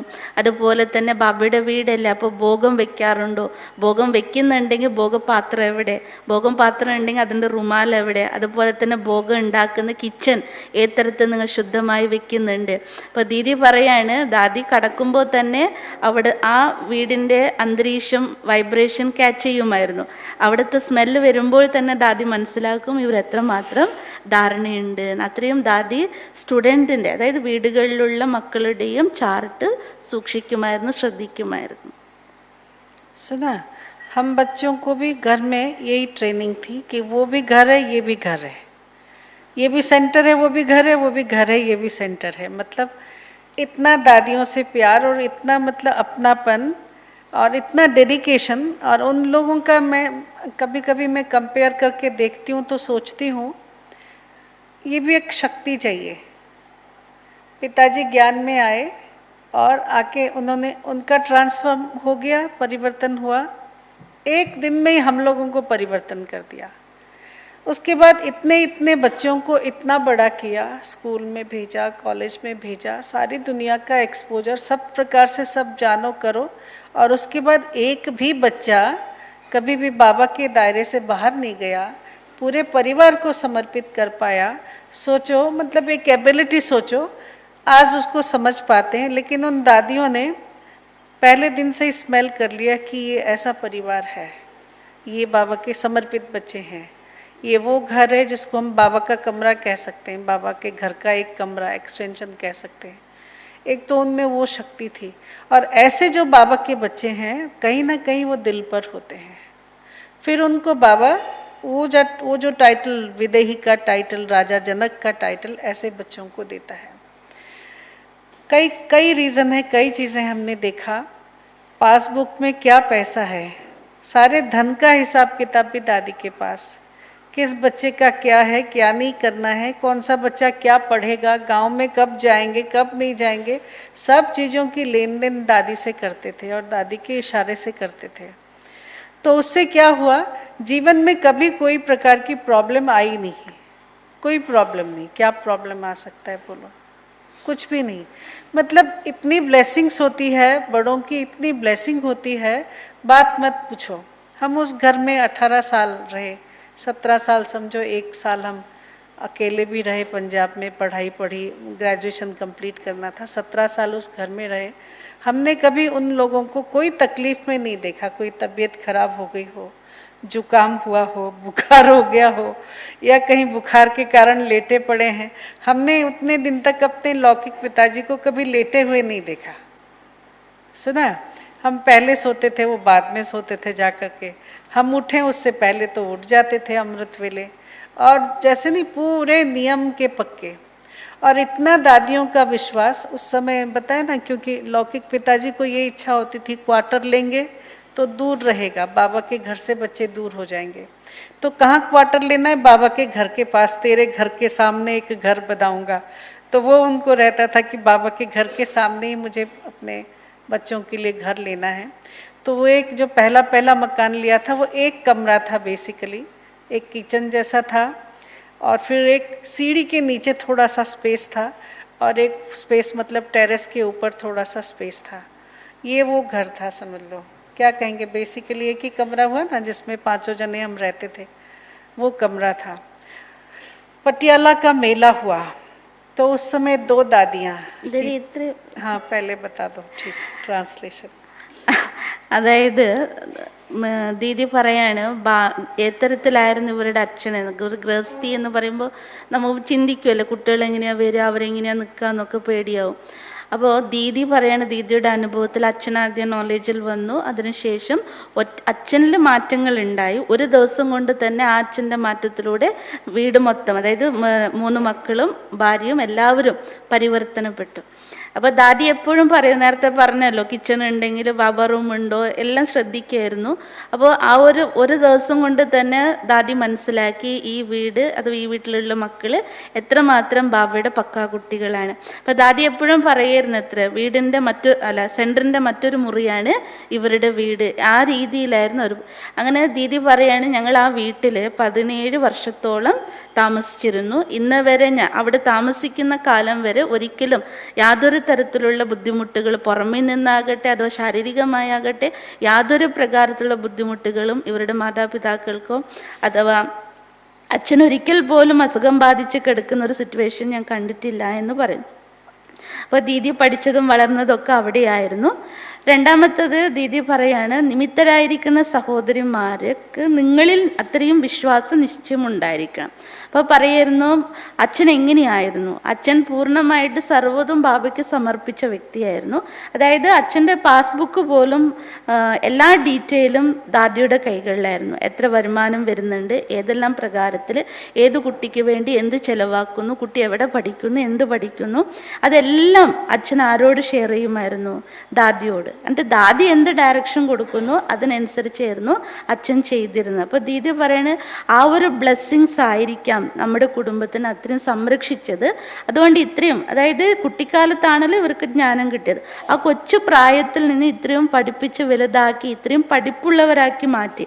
എന്നിട്ട് പോലും ആ കുട്ടികൾ ആ വട്ടത്തിൻ്റെ ഉള്ളിൽ നിന്നും പുറത്തേക്ക് പോയില്ല എന്നാണ്. सुना तो जब पटियाला मेला हुआ तो 2 दादियाँ आई हुई थी, सीतू दादी और भगवती दादी, नाम सुना होगा आपने कभी। तो ये 2 दादियाँ उसी कमरे में हम 5 के साथ रही, समझा। मेला 15 दिन तक रहा और वो 15 दिन तक उसी घर में रही। पिताजी का खटिया शायद मुझे लगता है वो जो ओपन स्पेस था ना टेरेस का, वहाँ वो खटिया ले गए, ये मतलब या बिछा के नीचे सोया होगा और जो खटिया हुए होंगे उस पे दादी को सुलाया होगा। एग्जैक्टली याद नहीं, सालों पहले की बात है। लेकिन उस घर में दोनों दादियाँ 15 दिन तक रही। वो जो लेग पुलिंग रिक्शा होता है ना, ऐसा वाला साइकिल रिक्शा, उस रिक्शे में दादियों को लेकर के हम लोग मेला में जाते थे और आते थे। सुना, इतनी मतलब इतनी सहजता और ऐसा कि ना उन दादियों ने कभी भेद समझा कि भाई ये लौकिक परिवार है, ये सेंटर नहीं है कि है, कुछ नहीं। लेकिन जो समर्पणमयता थी उसको देख करके वो हमेशा खुश रहे, बहुत सारा ब्लेसिंग दिया परिवार को। और मैं समझती हूँ उन दादियों की ब्लेसिंग्स ही है कि ये परिवार इतनी अच्छी तरह से बाबा के ज्ञान में चल करके सबने अपना अपना एक ओहदा बनाया है बाबा के घर में, एक क्या कहें अपनी एक अवस्था बनाई है। അതായത് അതിനുശേഷം അവരുടെ അച്ഛനൊരു സങ്കല്പമുണ്ടായി. അതായത് കുട്ടികൾ സെൻറ്ററിൽ നിന്നും ദൂരെയായി പോകുമോ എന്ന് കരുതി സെൻറ്ററിനോട് തൊട്ട് തന്നെ ഒരു വീടെടുക്കാനാണെന്ന് അവർ ആഗ്രഹിച്ചു. അങ്ങനെ ആ വീട് വിറ്റ് മറ്റൊരു വീട്ടിലേക്ക് വന്നപ്പോൾ അത് ഒറ്റമുറി വീടായിരുന്നു. 5 പേരും അതിൽ, അപ്പോഴേക്കും മുതിർന്നവരായിരുന്നല്ലോ, 5 പേര് ആ വീട്ടിലായിരുന്നു. ഒരു കിച്ചൺ ഉണ്ട്, കുറച്ച് സ്പേസ് ഉണ്ട്, പിന്നീട് അണ്ടർഗ്രൗണ്ടിൽ കുറച്ച് സ്പേസ്, ടെറസിലൊരു സ്പേസ്, അതല്ലാതെ അവിടെ വേറെ ഒന്നും ഉണ്ടായിരുന്നില്ല. അപ്പോൾ പട്ടിയാലയിൽ ആ സമയത്ത് വലിയൊരു മേള, ബാബയുടെ എക്സിബിഷൻ മേള നടക്കുമായിരുന്നു. ആ സമയത്ത് സീതു ദാദി പിന്നീട് ഭഗവതി ദാദി, ആ സമയത്ത് അവർ 2 പേരും ഇവർ 5 പേരുടെ കൂടെ ആ ഒറ്റമുറി വീട്ടിലാണ് താമസിച്ചിരുന്നത്. എത്ര ദിവസം? 15 ദിവസം. അപ്പോൾ സൈക്കിൾ റിക്ഷയായിരുന്നു, ഇവർ ദാദിയെ കൂട്ടി പോകുമായിരുന്നു മേളയ്ക്ക്, അത് കഴിഞ്ഞ് തിരിച്ച് വീട്ടിലേക്ക് വരുമായിരുന്നു. അപ്പോൾ ദാദിമാരിൽ ഒരിക്കലും ആ വ്യത്യാസം അനുഭവപ്പെട്ടിരുന്നില്ല അവർക്ക്. ഇവർ ഗൃഹസ്ഥികളാണെന്നോ നമ്മൾ സെൻട്രലിലുള്ളവരാണെന്നോ അഥവാ ഞങ്ങൾ സെൻട്രൽ വാസികളാണെന്നോ അത്തരത്തിലുള്ളൊരു ഭേദഭാവം അവർക്ക് ഈ വീട്ടിൽ നിന്ന് അനുഭവപ്പെട്ടില്ല. കാരണം അത്തരത്തിലുള്ള ബാബയുടെ അനന്യ മക്കളാണെന്നുള്ള അനുഭവം അവർക്കുണ്ടായി. सुना, तो ये इतने सारे एग्जाम्पल सुनाए। तो बाबा के जो गृहस्थी बच्चे हैं वो अपने घर को गृहस्थी घर नहीं समझे, बाबा का घर ही समझे। खाना पीना, आचरण, व्यवहार, बच्चों के साथ व्यवहार। हमारा जो छोटा भाई संतोष भाई, वो बहुत चंचल थे, बहुत चंचल। रोज कुछ ना कुछ ऐसे करते कि उस पे हाथ पिताजी का उठ जाता, 1-2 बार हाथ उठा तो उसने जाके दादी को कंप्लेन किया। ये ज्ञान में चलते हैं, देखो बच्चों को हाथ उठाते हैं। ദീദി പറയാണ് ഒരിക്കലും ഗൃഹസ്ഥികൾ തൻ്റെ വീടിനെ ഞാൻ ഗൃഹസ്ഥത്തിലാണെന്ന് ചിന്തിക്കരുത് എന്ന്. ഇത് ബാബയുടെ വീട്ടിലാണ് ഞാൻ നിൽക്കുന്നത് എന്നുള്ള ആ ഒരു സ്മൃതിയോട് കൂടി വേണം ഗൃഹസ്ഥത്തിൽ നിൽക്കാൻ. അപ്പോൾ ദീദി പറഞ്ഞു തരാണ്, അവരുടെ വീട്ടിലെ ഏറ്റവും ഇളയ അനിയൻ വളരെ കുറച്ച് കുസൃതിയുള്ള കുട്ടിയായിരുന്നു. അപ്പം അങ്ങനെയുള്ള കാര്യങ്ങളൊക്കെ ചെയ്യുമ്പോൾ ചിലപ്പോൾ അച്ഛൻ ദേഷ്യം വന്ന് അതായത് അടിക്കാനൊക്കെ ഓങ്ങുമായിരുന്നു എന്ന്. അപ്പോൾ 2 പ്രാവശ്യം അങ്ങനെ ആയപ്പോൾ ആ കുട്ടി സന്തോഷ് എന്ന് പറഞ്ഞ ഭായി പോയിട്ട് ദാദിയോട് കംപ്ലൈൻറ്റ് പറഞ്ഞു, നിങ്ങൾ ഇതാണ് ഇവിടെ ജ്ഞാനം പഠിപ്പിക്കുന്നത്, അച്ഛൻ എന്നെ അടിക്കാൻ വേണ്ടി നോക്കുന്നു എന്ന് പറഞ്ഞത്ര. तो फिर पिताजी गए, बिठाया सबको, पूछा दादी जी से, दादी बोलो क्या करूं, ये तो ऐसे बदमाशी करते हैं और इनको मारना पड़ता है क्या? दादी ने कहा नहीं, हाथ नहीं उठाना, जरूरत पड़े तो बांध के रख देना। जैसे जसोदा माता ओखली में बांधती थी, तो आप भी उसको बांध के रख देना, देखना अपने आप ठीक हो जाएगा। അപ്പോൾ ദാദിയുടെ മുന്നിൽ അച്ഛൻ എല്ലാവരെയും വിളിച്ചിരുത്തി ഇതിനൊരു സൊല്യൂഷൻ കാണാൻ വേണ്ടിയിട്ട് ഇരുത്തി. ദാദിയോട് പറഞ്ഞത്ര, ദാദി നോക്കി എൻ്റെ മോനുണ്ടല്ലോ വളരെ കുസൃതിയാണ്, കുറുമ്പനാണ്, ഇങ്ങനെ ചെയ്യുമ്പോൾ ഞാൻ എന്താ ചെയ്യാണ്ടിരിക്കുക, അടിക്കാതെ പിന്നെ എന്താ ചെയ്യാൻ? അപ്പോൾ ദാദി പറഞ്ഞത്ര, കൈകൊണ്ട് അടിക്കരുത്, പകരം എന്ത് ചെയ്യണം, 2 കൈയും കൂട്ടിക്കെട്ടി എവിടെയെങ്കിലും ഇരുത്തിയൊക്കെ, അതുപോലെ യശോദാമാത കൃഷ്ണനെ ഉരളിൽ കെട്ടുമായിരുന്നല്ലോ അതുപോലെ. तो एक बार ऐसे भी किया, पिताजी ने देखा फिर भी कुछ ना कुछ हो ही जा रहा है इसका, रोज कुछ ना कुछ तिक ही रहता था, कोई ना कोई कंप्लेन करने आ ही जाता था। तो उस दिन कोई बड़ा कंप्लेन आ गया, तो पिताजी ने उसके हाथ पाँव, हाँ ऐसा पीछे हाथ बांध दिया, पाँव बांध दिया, ऊपर छत पे छोड़ के आ गए। ठंडी बहुत थी, सर्दियों की शाम थी और ठंडी थी। पिताजी जो चले गए योग करने के लिए क्लास में, मैं उसके पास गई। मैंने जाके पूछा, कुन्नू बाबू आपको तकलीफ नहीं हो रही है, बांधा हुआ है इतना, है ना, बहुत तकलीफ हो रही होगी? कहता क्यों दीदी, मैं तो आत्मा हूँ, देह अभिमानी तो हूँ नहीं, देही अभिमानी स्थिति में हूँ, इसलिए मुझे कोई तकलीफ नहीं हो रही। അപ്പോൾ ആ ദിവസങ്ങളിൽ അവിടെ വളരെ തണുപ്പായിരുന്നു എന്ന്. അപ്പോൾ ഇങ്ങനെ കുറേ കംപ്ലൈൻ്റ് ഒക്കെ വരുമായിരുന്നു, കുറേയൊക്കെ കെട്ടിവെച്ച് നോക്കി, എന്നിട്ടൊന്നും ശരിയായില്ല. അങ്ങനെ കുറേ കംപ്ലയിൻറ്റ്സ് ഒക്കെ വന്ന് അവസാനം വലിയൊരു കംപ്ലയിൻറ്റ് വന്നപ്പോൾ അച്ഛന് ദേഷ്യം സഹിക്ക വയ്യാതെ എന്ത് ചെയ്തു, കൈ കെട്ടി പിന്നിൽ കെട്ടിയും കാലും കെട്ടി അങ്ങ് കൊണ്ടുപോയി ടെറസിലിട്ടു. അപ്പോൾ അച്ഛൻ അങ്ങ് ക്ലാസ്സിലേക്ക് പോയി. പിന്നെ ഉണ്ടാകുന്നത് സഹോദരിയാണല്ലോ, കൊച്ചു അനിയനാണ്. കൊച്ചനിയനെ ഇങ്ങനെ ഒരു സങ്കടപ്പെട്ട അവസ്ഥയെ കണ്ടപ്പോൾ ഏച്ചി ടെറസിൽ പോയി ചോദിച്ചു, മോനെ നിനക്ക് വേദന ഒന്നും ആവുന്നില്ലേ എന്ന് ചോദിച്ചത്ര. അപ്പോൾ ആ കുട്ടി പറഞ്ഞത്ര, എനിക്കെങ്ങനെ വേദന എടുക്കാനാണ്, ഞാൻ ദേഹമല്ല, ഞാൻ ആത്മാവാണെന്ന്. सुना मतलब ऐसा छोटी छोटी बातें उन दिनों की, पर क्या कहें, दादियों का इतना प्यार। और फिर ऐसा था कि हम तीनों, तो दादी ने जैसे सेंटर पे ही पाला सब चीज़ों का, स्कूल से आते खाली बैग यहाँ पटका और भोजन कर लिया, चले गए। कई बार वहीं पे सेंटर पे ही भोजन करते थे। और तो ये कैसे अपने लिए स्थान कैसे बनाना है दादियों के दिल में, दीदियों के दिल में, सेंटर पे, वो हमारा प्रयत्न होना चाहिए। तो उससे क्या होगा कि हम बाबा के घर से दूर नहीं हैं। तो जैसे अनुभव यही है कि बाबा की ब्लेसिंग्स में पढ़ने से, बाबा की ब्लेसिंग्स में रहने से हर प्रकार की उन्नति होती है, आत्मा की हर प्रकार की उन्नति होती है। हम सोचते हैं बच्चों को बड़ा करेंगे, लेकिन ये ज्ञान और योग के साथ बड़ा करना और दुनियावी रीति से बड़ा करने में बहुत अंतर है। बच्चों को वही संस्कार आता है जैसा वायुमंडल घर में होता है। तो अगर घर में हम अलौकिक वातावरण बना के रखते हैं तो बच्चों में वो संस्कार आता है। ദീദി അനുഭവത്തിലൂടെ പറയുകയാണ്, ഞങ്ങൾ എൻ്റെ ഓർമ്മയിൽ, അതായത് നമ്മൾ 3 കുട്ടികളെയും വളർത്തിയതും വലുതാക്കിയതും ദാദി തന്നെയാണ്. കാരണം ബാബയുടെ വീട്ടിൽ തന്നെയാണ് ഇവർ വളർന്നത്. ചിലപ്പോൾ സ്കൂളിൽ വരുമ്പോൾ ബാഗൊക്കെ അവിടെ ഇവിടെ അയച്ചിട്ടു, പിന്നെ അവിടെ എന്ത് കിട്ടുന്നു അത് കഴിക്കും. അതായത് ദാദി തന്നെ ഭക്ഷണം കൊടുത്ത് പിന്നെ വീട്ടിലേക്കൊക്കെ പോകാറുള്ളത്. ശരിക്കും പറഞ്ഞാൽ ബാബയുടെ ഇതിൽ ഇരുന്ന് വളരുന്നതും കുട്ടികളെ ലൗകിക ലോകത്തിൻ്റെ രീതിയിൽ വളർത്തുന്നതിലും വലിയ വ്യത്യാസമുണ്ട്. കാരണം വീടിൻ്റെ അന്തരീക്ഷം എന്തായിരിക്കുന്നു അതിൻ്റെ പ്രഭാവത്തിലാണ് മക്കൾ വളർന്നു വരിക. അപ്പോൾ വീടിൻ്റെ അന്തരീക്ഷം ബാബയുടെ അന്തരീക്ഷമാക്കി മാറ്റുമ്പോൾ അവർ ബാബയിൽ നിന്നും അകന്നു പോവുകയില്ല. രണ്ടാമത്തത് ബാബയുടെ ബ്ലെസ്സിങ്സ് എപ്പോഴും ഉണ്ടാകുമ്പോൾ, മുതിർന്നവരുടെ ബ്ലെസ്സിങ്സ് ഉണ്ടാകുമ്പോൾ അവരത് പ്രകാരത്തിൽ തന്നെ വളരുകയും ബാബയുടെ ഹൃദയത്തിലും നിമിത്തരായിരിക്കുന്നവരുടെ ഹൃദയത്തിലും അവർക്ക് സ്ഥാനം ഉണ്ടാവുകയും. അതാണ് ദീദി നേരത്തെ പറഞ്ഞത്, 3 കുട്ടികളും ഇന്ന് ബാബയുടെ സ്ഥാനത്ത് അവരവരുടേതായിരിക്കുന്ന ഉയർന്ന സ്ഥാനം നേടിയിരിക്കുകയാണ്. ഇപ്പോൾ ലീന ദീദി ആണെങ്കിലും 2 സഹോദരന്മാരും അവരും മധുബനത്തിൽ തന്നെയാണ് സേവാർത്ഥം. അപ്പോൾ ആ തരത്തിൽ ബാബയിൽ നിന്ന് അകന്നു പോയിട്ടില്ല. छोटी छोटी धारणाएं हमने उनके जीवन की देखी. उन्होंने ये पक्का कर लिया था कि बाबा हमारा बड़ा बेटा है. तो ये परिवार नहीं, परिवार कितने जनों का है? 6 जनों का है.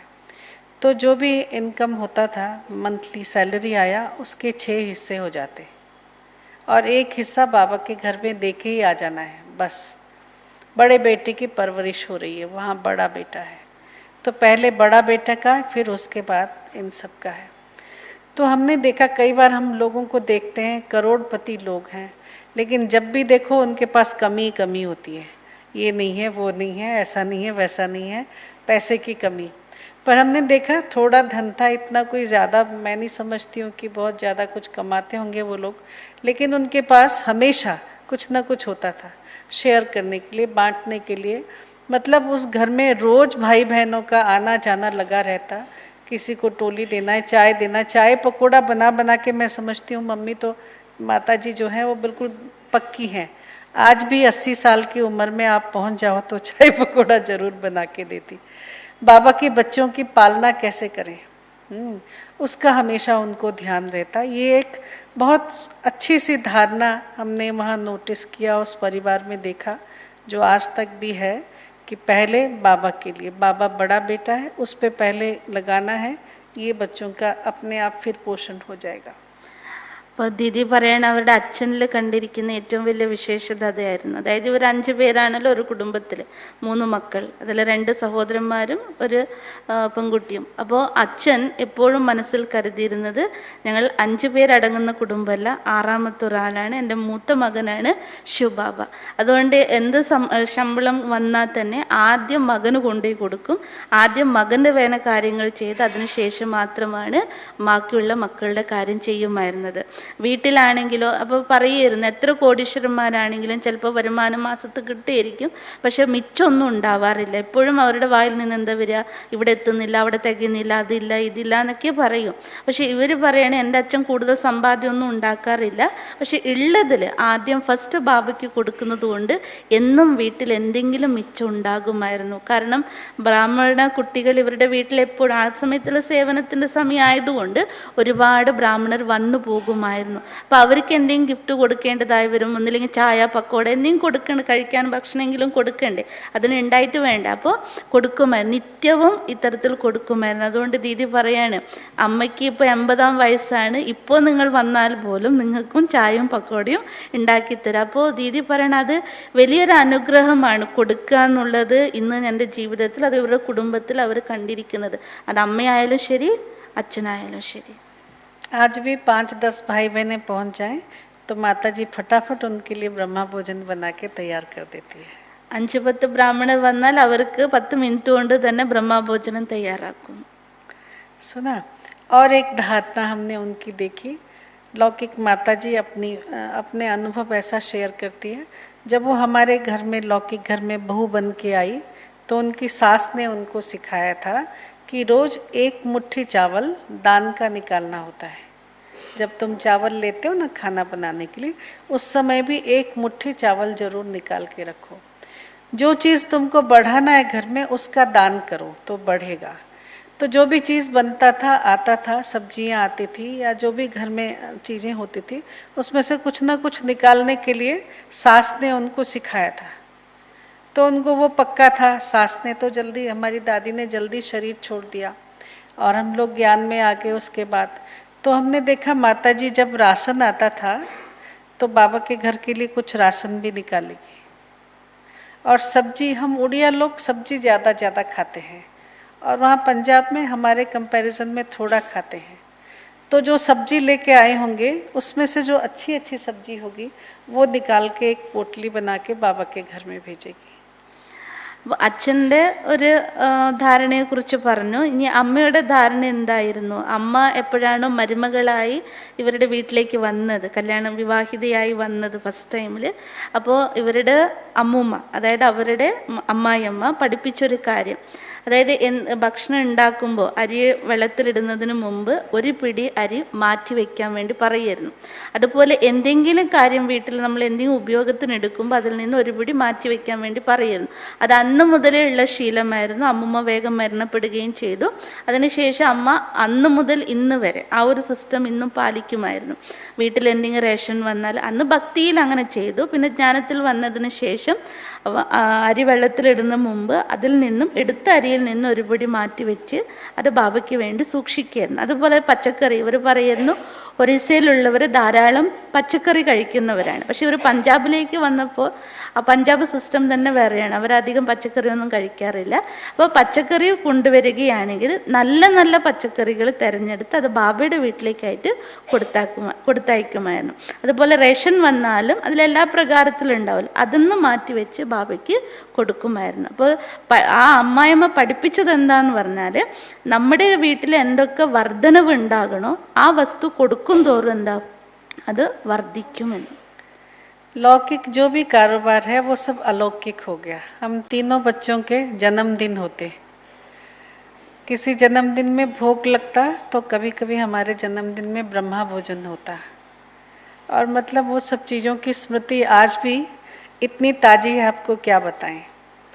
एक बार दादी जी, मिठू दादी जी, चंद्रमणि दादी जी से बात कर रही थी फ़ोन पे। उन दिनों में ऐसा होता था कि एक बार फ़ोन अगर लगा, जितना समय आप फ़ोन करो, 1 रुपया 3 रुपया कुछ ऐसा लगता था एक कॉल का, कट जाए तो फिर दूसरा कॉल होता था। तो इसलिए सबको बुला लाती थी, आओ किसको बात करना है करो। तो हमने चंद्रमणि दादी जी से बात की, अब बच्चे हैं तो अब क्या बात करेंगे। हमने कहा दादी अब हमारा जन्मदिन आ रहा है, अगर आप आएंगे तो पिताजी ब्रह्मा भोजन देने वाले हैं। ദീദി പറയാണ്, നമ്മുടെ വീട്ടിൽ അങ്ങനെ ക്രമേണ ബാബയുടെ കുട്ടികളായി മാറിയതിനു ശേഷം ലൗകികമായിരിക്കുന്ന എന്തെല്ലാം കാര്യവ്യവഹാരങ്ങളുണ്ട് അതൊക്കെ അലൗകികമായിട്ട് പരിവർത്തനമായിരുന്നു. അപ്പം അത് പറയാണ്, നമ്മുടെ മൂന്ന് കുട്ടികളാണല്ലോ ഇവരുടെ ബർത്ത്ഡേ വരുന്ന സമയത്ത് ആ ജന്മദിനങ്ങളൊക്കെ ഇവരത് അലൗകികമാക്കി മാറ്റി. അതായത് ഒന്നില്ലെങ്കിൽ ബ്രഹ്മഭോജനം അല്ലെങ്കിൽ ഭോഗം വയ്ക്ക് ഈ രീതിയിലാക്കി മാറ്റി. അപ്പം ആ സമയത്ത് ഇവർ ചെറുപ്രായത്തിലായതുകൊണ്ട് മിട്ടു ദാദിക്ക് ഒരിക്കൽ ചന്ദ്രമണി ദാദിയുടെ ഫോൺ വന്നു. അപ്പോൾ ഫോണിൽ സംസാരിച്ചു കൊണ്ടിരിക്കെ നമുക്കറിയാലോ അപ്പോഴൊക്കെ ഫോൺ കോൾ ഇത്ര മിനിറ്റിൻ്റെ ഉള്ളിൽ ഓട്ടോമാറ്റിക് കട്ടാവും. പിന്നെ ഇത്ര സമയത്ത് വിളിച്ചാൽ 1 രൂപ 3 രൂപ അത്തരത്തിലുള്ള പൈസയായിരുന്നു. അപ്പോൾ ആ സമയത്ത് ദാദി എല്ലാവരും വിളിച്ചു കൂട്ടി ഇരുത്തുന്നു. ആർക്കൊക്കെ സംസാരിക്കണം വേഗം സംസാരിക്കുക ദാദിയോട്. അപ്പോൾ ഈ കൊച്ചുകുട്ടി എന്ത് സംസാരിക്കാനാ? അപ്പോൾ ദീദിയുടെ കയ്യിൽ കൊടുത്തപ്പോൾ ദീദി പറഞ്ഞത്ര എൻ്റെ ബർത്ത്ഡേ ദിവസം വരികയാണ്, അന്ന് ദാദി വരികയാണെങ്കിൽ അച്ഛൻ ബ്രഹ്മഭോജനം നിങ്ങൾക്കായിട്ട് ഉണ്ടാക്കി തരുമെന്ന്. दादियों का प्यार है। 6 घंटे का रास्ता था पटियाला से अमृतसर। दादी आई और हमारे जन्मदिन पे ब्रह्मा भोजन रखा। मतलब क्या कहें, इतना जो प्यार है।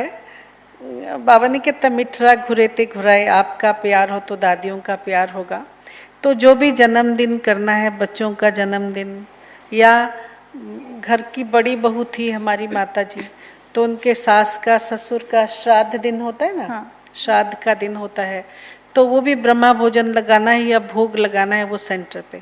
समझो साल में 5 या 6 जो है भोग वो पक्का ही रहता था बाबा के घर में। ये 6 भोग तो करने ही करने हैं। बच्चों के, तीनों बच्चों का जन्मदिन, उनकी सास का श्रद्धांजलि, ससुर का श्रद्धांजलि, और एक वैसे कभी भोग का और कोई भी कुछ ना कुछ रीज़न होगा तो भोग लगाती थी। इस प्रकार ये जो है साल में पक्का ही था हमेशा। आज तक भी कभी कभी मैं देखती हूँ ये सब कुछ उनका अभी तक भी चलता रहता है, कुछ ना कुछ करना ही है। ദീദി പറയാണ്, അതൊക്കെ ആ ദിനങ്ങളൊക്കെ ഓർക്കുമ്പോൾ ദാദിമാരുടെ ആ സ്നേഹം അനുഭവം ചെയ്ത് ഓർക്കുമ്പോൾ ഇപ്പോഴും വളരെ രോമാഞ്ചിതമാവുകയാണ് എന്ന്.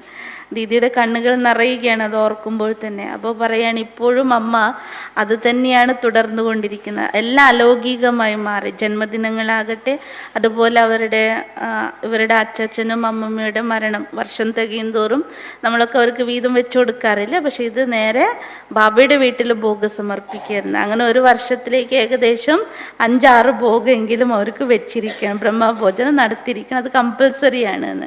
അതിപ്പോഴും ഇവരുടെ അമ്മ അവരുടെ സെൻറ്ററിൽ. അപ്പോൾ അന്ന് നേരത്തെ ബർത്ത്ഡേക്ക് വിളിച്ചൊരു ചന്ദ്രമണി ദാദി. അപ്പോൾ അമൃത്സറിൽ നിന്നും പട്യാലയ്ക്ക് വരുന്ന 6 മണിക്കൂർ എടുക്കും. എന്നിട്ട് ദാദി ആ ക്ഷണം സ്വീകരിച്ച് വരികയും ഇവർ ബ്രഹ്മഭോജനം ഉണ്ടാക്കുകയും ചെയ്തു.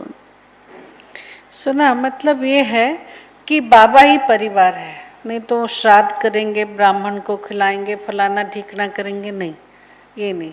और बर्थडे सेलिब्रेट करना है, बच्चे बड़े होते हैं तो दोस्त भी होते हैं, तो कहेंगे सब फ्रेंड्स को भी बुलाओ, उनके पेरेंट्स को भी बुलाओ, लेकिन सेंटर पे। सुना, तो वो लोग सब अभी देखो सब बड़े हो गए, बहुत बड़े बड़े पोस्ट पे, दुनिया के किस कोने में हमारे फ्रेंड्स हैं, लेकिन सब ने बाबा का घर का अन्न खाया हुआ है। ज्ञान में है, कोई नहीं भी है तो भी उनको बाबा के घर की पालना याद है कि ये हमारा दादी ने हमें ऐसी पालना दी थी, दीदी ने ऐसी पालना दी थी, तो उस प्रकार की पालना याद है। तो लौकिक में ये सोचना चाहिए कि हम अपने बच्चों का दिल और बुद्धि योग बाबा के घर में कैसे लगाएं। जो बच्चे ज्ञान में नहीं भी चलते हैं उनका भी कुछ ना कुछ सेलिब्रेशन बाबा के घर में करो। आज ये है बाबा के घर में करना है, कल वो है बाबा के घर में करना है। कोई फेस्टिवल है जिसको आप इम्पोर्टेंस देते हैं, अपने अपने फैमिली के रीति रिवाज होते हैं, तो कुछ ना कुछ उनके हाथ में भेजो, जाओ बाबा के घर में करके आओ। नौकरी लगी बच्चों को कहना पहली सैलरी बाबा के घर में जा कर के कुछ करके आओ। तो ये जो रिश्ता है ना, मतलब देन लेन का भी जो रिश्ता है वो आपके बच्चों को बाबा से बांधता है, आपको बाबा से बांधता है। और सोचो जो आत्माएं बाबा के प्रोटेक्शन में डायरेक्ट बंधी हुई होंगी उनके पास प्रॉब्लम्स नहीं आ सकती हैं। प्रॉब्लम आएंगी कब, इससे फिल्टर होकर के नीचे आवे तब प्रॉब्लम आ सकता है, नहीं तो बाबा उनके हर प्रॉब्लम्स दूर से ही दूर कर देता है। അപ്പോൾ ദീദി പറയാണ് ഇവരുടെ അച്ഛനും അമ്മയും കൂടുതൽ ശ്രദ്ധിച്ചത് തൻ്റെ മക്കളെ ബാബയുമായിട്ട് ബാബയുടെ സംബന്ധത്തിൽ എപ്പോഴും വെക്കാൻ വേണ്ടിയിട്ടായിരുന്നു. അതുകൊണ്ട് തന്നെ ഇവരുടെ വീട്ടിൽ ബർത്ത്ഡേ സെലിബ്രേഷൻ ആണെങ്കിൽ നമുക്കറിയാലോ, ബർത്ത്ഡേ സെലിബ്രേഷൻ നാട്ടുകൂട്ടങ്ങളൊക്കെ കൂട്ടും, ഫ്രണ്ട്സിനെയൊക്കെ കൂട്ടും, അവരുടെ ഫാമിലിയെ കൂട്ടും. അതൊക്കെ ഇവർ സെൻറ്ററിലേക്ക് തന്നെയാണ് അവരെ ക്ഷണിച്ച് വരുത്താറ്. അവിടെ അവർക്ക് ബ്രഹ്മഭോജനം കൊടുക്കുമായിരുന്നു. അപ്പോൾ പറയുന്നത് ഇന്ന് അവരൊക്കെ വലിയ വലിയ പോസ്റ്റിലാണുള്ളത്, എന്നിരുന്നാൽ പോലും അവരെല്ലാവരും ബാബയുടെ വീട്ടിൽ വന്ന് ബാബയുടെ വീട്ടിൻ്റെ പാലന എടുത്തു പോയവരാണ്. അവർ ഇന്നും അത് ഓർക്കുന്നുണ്ട്. അപ്പോൾ ഏതെങ്കിലും പ്രകാരത്തിൽ അവർക്ക് ബാബയുടെ സന്ദേശമാകട്ടെ, ബാബയുടെ പാലനയുടെ അവർക്ക് സ്മൃതി ഉണ്ടാവുക തന്നെ ചെയ്യും. അപ്പം അതുപോലെ തന്നെ നിങ്ങളും നിങ്ങളുടെ വീട്ടിൽ എന്തെങ്കിലും അത്തരത്തിലുള്ള വിശേഷ കാര്യങ്ങൾ ഉണ്ടാകുമ്പോൾ എല്ലാം ബാബയുടെ വീട്ടിൽ ബാബയുടെ വീട്ടിൽ ബാബയുടെ വീട്ടിൽ എന്ന് പറഞ്ഞ് ചെയ്യുമ്പോൾ ആ കുട്ടികളിലും ബാബയോടുള്ള ആ ഒരു സ്നേഹം, ബാബയോടുള്ള മനസ്സ് അവരിൽ എപ്പോഴും അവിടെ ഉണ്ടായിരിക്കും. രണ്ടാമത്തത്, നിങ്ങൾക്ക് എന്തെങ്കിലും വിശേഷമായിട്ട് ബാബയ്ക്ക് കൊടുക്കണമെങ്കിൽ ചിലപ്പോൾ കുട്ടികൾ ജ്ഞാനത്തിൽ ഇഷ്ടപ്പെടുകയില്ല, വരികയില്ല. അപ്പോൾ കുട്ടികളുടെ കൈ കൊണ്ട് കൊടുത്തയക്കുക, ഇത് ബാബയുടെ വീട്ടിൽ കൊടുത്തിട്ട് വാ, അഥവാ ഈ ബാബയുടെ അടുത്തേക്ക് കൊടുക്കുമെന്ന് പറഞ്ഞിട്ട് അവരുടെ കയ്യിൽ കൊണ്ടെത്തിക്കുമ്പോൾ അവിടെ ഒരു ബന്ധം ഉണ്ടാവുകയാണ് ചെയ്യുക. അതുപോലെ നിങ്ങളുടെ മക്കളൊക്കെ വലുതായി ജോലിക്കൊക്കെ കയറുമ്പോൾ ഫസ്റ്റ് ശമ്പളം ബാബയുടെ വീട്ടിലേക്ക് കൊടുക്കുക. അങ്ങനെ നിങ്ങൾ പഠിപ്പിക്കണം. എന്നാൽ മാത്രമേ ഉണ്ടാവുള്ളൂ ബാബയുമായിട്ടുള്ള ആ ഒരു കണക്ഷൻ എപ്പോഴും അവിടെ നിലനിർത്തപ്പെടുകയുള്ളൂ. അവർ ജ്ഞാനത്തിലുണ്ടോ ഇല്ലയോ അത് വേറെ കാര്യം. രണ്ടാമത്തത്, അവർക്ക് ഡയറക്റ്റ് ബാബയുടെ ബ്ലെസ്സിങ്സ് വരും. അതായത് വന്ന് കൊടുത്തു പോകുന്നതുകൊണ്ട് ആ ഒരു സഹയോഗം ഉള്ളതുകൊണ്ട് അവർക്ക് ഡയറക്റ്റ് ബാബയുടെ ബ്ലെസ്സിങ് ഉണ്ടാവും. ഡയറക്റ്റ് ബാബയുടെ ബ്ലെസ്സിങ് ഉണ്ടാകുമ്പോൾ ഒരിക്കലും അത്തരത്തിലുള്ള കുട്ടികൾക്ക് യാതൊരു തരത്തിലുള്ള പ്രശ്നങ്ങളും ഉണ്ടാവില്ല. കാരണം ഇവരുടെ പ്രാക്ടിക്കൽ ജീവിത അനുഭവമാണ് ഇവർ ഷെയർ ചെയ്തത്. അപ്പം എന്ത് പ്രശ്നം വന്നാലും ബാബയുടെ ഈ ബ്ലെസ്സിങ് നിന്ന് ഫിൽട്ടർ ആയതിനു ശേഷം ബാക്കിയുള്ള പ്രോബ്ലംസ് എല്ലാം വരും. അത് അത്ര ശക്തമായിട്ടുള്ള പ്രോബ്ലംസ് ആയിരിക്കില്ല. അതുകൊണ്ട് ദീദിയുടെ അനുഭവത്തിൻ്റെ ആധാരത്തിൽ പറയാണ്, നമ്മൾ മാത്രമല്ല നമ്മുടെ കുട്ടികളെയും കൂടി ബാബയുടെ സെൻറ്ററും ബാബയുമായിട്ട് ബന്ധിപ്പിച്ച് വയ്ക്കാൻ നമ്മൾ ശ്രമിക്കാം. सुना, और बाबा के घर में, लौकिक घर में माता जी कुछ करने नहीं देती थी, उसके लिए काम कम होता था, तो हमको बाबा के घर में हमने झाड़ू लगाना सीखा, पोछा, तीनों भाई बहनों ने, अकेली नहीं, झाड़ू पोछा, बर्तन, कपड़े। बाबा के उन दिनों ये गैस गूस नहीं होता था, कोयले के उपले बनते थे, उसमें खाना बनता था। अच्छा, तो वो जो कोयला फिर नीचे छोटा छोटा आ जाएगा ना, हम रहेगा, उसको सब झाड़ के फिर उसको गोल गोल बनाना होता था। ठीक है, स्कूल से हम आते थे, खाना खाया और रेस्ट रूस्ट का तो आदत ही नहीं उस समय, बचपन से ही भाग भाग के बाबा के घर में जाते थे। फिर दादी बैठती थी, दादी के सामने हम ये सब सेवाएं बैठ के करते थे। दादी बड़ी हो रही थी, उम्र ज़्यादा, हम बच्चे, एक साइकोलॉजी होता है ना, जब हम बड़े होते जाते हैं तो बच्चों से बात करना अच्छा लगता है। तो दादी हमको कहानियाँ सुनाती थी बैठ करके यज्ञ का, और हम यज्ञ की सेवा करते थे। सुना, तो ये बच्चों का टाइम बड़ा अच्छा, कभी संग दोष में इधर उधर होने का सवाल ही नहीं है, क्योंकि सारा संग तो यहाँ है। मन में ऐसे ही होता था कि कैसे बाबा के घर में जाएं। और स्कूल में भी, कॉलेज में भी पढ़े, बड़ी सुपीरियरिटी कॉम्प्लेक्स, हम भगवान के बच्चे हैं, ये सिंपल आत्माएं, हम भगवान के बच्चे हैं। ठीक है कि नहीं? तो उनके प्रभाव में हम कैसे पढ़ सकते हैं, उनको हमारे प्रभाव में आना चाहिए। तो हम इतने प्रभावशाली हों कि ये हमारे प्रभाव में आए, हम उनके प्रभाव में कभी प्रभावित नहीं हो सकते। और दीदियों ने भी हम पे बहुत मेहनत किया है, बहुत मेहनत किया है। स्कूल में क्या भाषण देना है, क्या करना है, कौन से कंपटीशन में कैसे जीतना है, सब चीज़ें जितना आप प्यार करोगे तो दीदियाँ, जितना उनके पास टैलेंट था, दीदियों ने हमें सब कुछ सिखाया। फिर അതുപോലെ തന്നെ ദീദി പറയാണ്, എല്ലാ പ്രകാരത്തിലുള്ള സേവ പഠിച്ചതും സെൻറ്ററിൽ നിന്ന് തന്നെയാണ്. കാരണം വീട്ടിലമ്മ ബാക്കി എല്ലാ കാര്യങ്ങൾ ചെയ്യുമ്പോൾ ഒന്നും ചെയ്യാൻ അവിടെ ഉണ്ടായിരുന്നില്ല. അതുകൊണ്ട് തന്നെ അടിച്ചു വാരലാകട്ടെ, തുടക്കലാകട്ടെ, പണ്ട് സ്റ്റൗവും കാര്യമൊന്നും ഉണ്ടായിരുന്നില്ലല്ലോ, മറ്റേ ഇത് ഉരുട്ടി ചാണകത്തിൻ്റെ പെരട്ടി അത്തരത്തിലുള്ള ഇതൊക്കെ ആയിരുന്നു. അപ്പം അതൊക്കെ നമ്മൾ സ്കൂൾ വിട്ട് വന്നാലും നമ്മൾ നേരെ ഓടിയെത്തുന്നത് ദാദിയുടെ അടുത്തായിരുന്നു. അപ്പോൾ ദാദി ഇരുത്തി നമ്മളോട് ഇവർ വളരുന്നതനുസരിച്ച് ആ രീതിയിലുള്ള കാര്യങ്ങൾ ഇവരോട് പങ്കുവയ്ക്കുമായിരുന്നു, കഥകൾ പറഞ്ഞു കൊടുക്കുമായിരുന്നു. അതുകൊണ്ട് തന്നെ വലിയൊരു ലാഭം എന്ന് പറഞ്ഞാൽ മറ്റുള്ളവരുടെ കൂട്ടുകെട്ടുകളിൽ, അതായത് മോശമായ സംഘത്തിൽ പെടാതെ ദാദിയും ബാബയുടെ സംഘത്തിൽ തന്നെ ഇവർ വളരുകയായിരുന്നു. രണ്ടാമത്തെ കാര്യം എന്ന് പറഞ്ഞാൽ ഇവർക്ക് ഒരുപാട്, ഇവർ അത്രയും പാലന അന്ന് ദാദി ദീദിമാരൊക്കെ അവർക്ക് കൊടുത്തു. സ്കൂളിൽ എന്ത് കോമ്പറ്റീഷൻ ചെയ്യണം, എന്ത് പ്രഭാഷണം കൊടുക്കണം, ഏത് കോമ്പറ്റീഷനിൽ എങ്ങനെ ജയിക്കണം, അവരിൽ എന്തെല്ലാം കഴിവുകളുണ്ടോ അതൊക്കെ ഇവർക്ക് പകർത്തി കൊടുക്കുമായിരുന്നു. അപ്പോൾ അത്തരത്തിലുള്ള ബന്ധങ്ങൾ അവർ പുലർത്തി വെച്ചിരുന്നു. അപ്പോൾ അതായത് എല്ലാ കാര്യങ്ങളും ബാബയുടെ വീട്ടിൽ നിന്ന് തന്നെയാണ് അവർ പഠിച്ച് വലുതായി വന്നത്. सुना, तो क्या करना है, भले रहे घर गृहस्थ में रहे हैं, वो ड्रामा में हमारा पार्ट है, लेकिन हमारा घर बाबा का घर है। यहाँ तन मन और धन से हमें संपूर्ण रीति से सेवा करना है। तब बाबा कहते हैं, ऐसे जो मेरे घर गृहस्थ में रहने वाले बच्चे हैं, वो अंदर रहने वाले बच्चों से भी आगे जाएंगे, आगे जाएंगे। सतयुग में भी देखो, जब राज दरबार लगेगी तो सारे घर वाले दरबार में नहीं बैठेंगे, लेकिन ऐसे जो गृहस्थी भाई बहने वो राज दरबार में आएंगे। घर में रहने वाले बच्चों, उनको रिस्पेक्ट दे करके लेके दरबार में बिठा के आएंगे। सुना, तो बाबा ने किसी को कम नहीं कहा है, हर बच्चे का निर्भर करता है कि पुरुषार्थ कैसे करता है, दिल कहाँ लगा हुआ है। अपना वो एक गीत है ना, जहाँ हमारा तन होगा वहाँ, जहाँ होता है मानव का धन, वहीं होता है उसका मन। इसलिए परमात्मा ने बताया, मुझसे लगा लो अपना मन। तन मन धन जहाँ लगता है, इनका आपस में बड़ा संगठन है। आप बाबा के घर में तन की सेवा करेंगे तो मन भागेगा, बाबा के घर में मन की सेवा करेंगे तो धन करने को इच्छा होगा, बाबा के घर में धन की सेवा करेंगे तो तन मन भी खींचा जाएगा। ठीक है कि नहीं? तो जो भी सेवा जहाँ से शुरू कर सकते हैं, करने लग जाइए।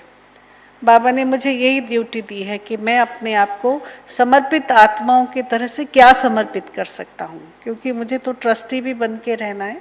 अलावा उसके मैं क्या समर्पित कर सकता हूँ बाबा को, वो करके चलना होता है। അതുപോലെ ഇവർ സ്കൂളുകളിൽ പോകുമ്പോഴും ഇവരെപ്പോഴും വലിയൊരു പ്രൗഢിയിലായിരുന്നു. കാരണം ബാബയുടെ ഭഗവാന്റെ മക്കൾ എന്നുള്ളത്. അതുകൊണ്ട് ഒരിക്കലും മറ്റുള്ളവരുടെ പ്രഭാവത്തിലേക്ക് വരാതെ ഇവരുടെ പ്രഭാവം അവരിലേക്ക് ഉണ്ടാക്കാൻ വേണ്ടി ശ്രമിക്കുകയായിരുന്നു. അപ്പോൾ ദീദി പറയാണ്, എപ്പോഴും നമ്മൾ ബാബയുടെ കാര്യത്തിൽ ശ്രദ്ധ കൊടുക്കണം.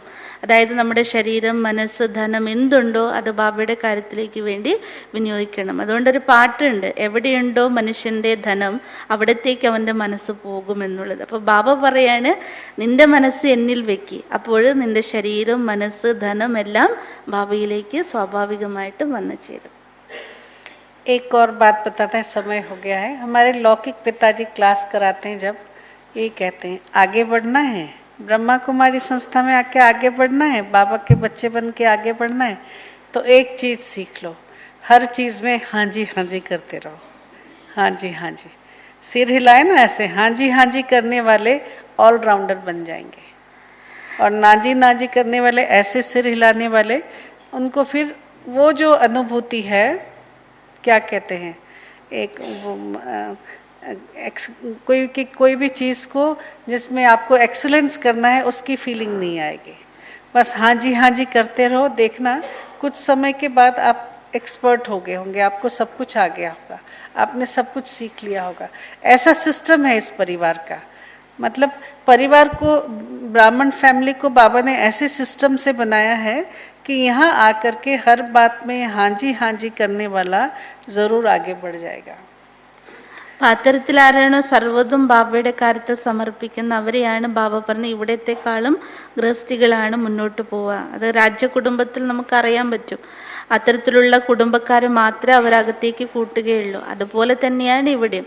അപ്പോൾ ഇവരുടെ അച്ഛൻ ക്ലാസ് എടുക്കുമ്പോൾ എപ്പോഴും പറയുമായിരുന്നു അത്ര, നിങ്ങൾക്ക് മുന്നോട്ട് പോകണമെന്നുണ്ടോ, ബ്രഹ്മകുമാര ജീവിതത്തിൽ നിങ്ങൾക്ക് മുന്നോട്ട് പോകണമെന്നുണ്ടോ, ബ്രാഹ്മണരായി നിങ്ങൾക്ക് മുന്നോട്ട് പോകണമെങ്കിൽ, ബാബയുടെ കുട്ടിയായി നിങ്ങൾക്ക് മുന്നോട്ട് പോകണമെങ്കിൽ നിങ്ങൾ ഒറ്റ ശബ്ദം പഠിച്ചാൽ മതി. ഏത്? ഹാജി. എപ്പോഴും എല്ലാം ചെയ്യാം എന്ന് പറയണം. എന്നാൽ അവർ ഓട്ടോമാറ്റിക്കലി അവർ മുന്നോട്ട് പോകും. ഒന്നും അവർക്ക് പ്രയത്നിച്ച് നേടിയെടുക്കേണ്ട, അവരുടെ കഴിവിങ്ങനെ തെളിയിക്കേണ്ട ആവശ്യമൊന്നും അവർ വരില്ല. ഓട്ടോമാറ്റിക്കലി അറിയാത്തതിൽ പോലും അവർ എക്സ്പേർട്ടായിട്ട് മാറും. ആരാണോ നാജി എന്ന് പറയും, പറ്റില്ല എന്ന് പറയുന്നത്, അവർക്കൊരിക്കലും മുന്നോട്ട് ഉന്നതിയിലേക്ക് പോകാൻ കഴിയുകയില്ല. ഓം ശാന്തി. അതുകൊണ്ട് സാരം ഇത്രയാണ്, ഗൃഹസ്ഥത്തിലിരിക്കുമ്പോഴും നമ്മുടെ ഉള്ളിൽ എന്ത് സ്മൃതി വരരുത്, ഞാൻ കുടുംബത്തിലാണ്, ഗൃഹസ്ഥത്തിലാണെന്നുള്ള ചിന്ത വിട്ടിട്ട് ദീദി പറഞ്ഞത് എന്താണ്, ഞാൻ ബാബയുടെ വീട്ടിലാണ്. ഓം ശാന്തി. വലിയൊരു കയ്യടി കൊടുത്തേ.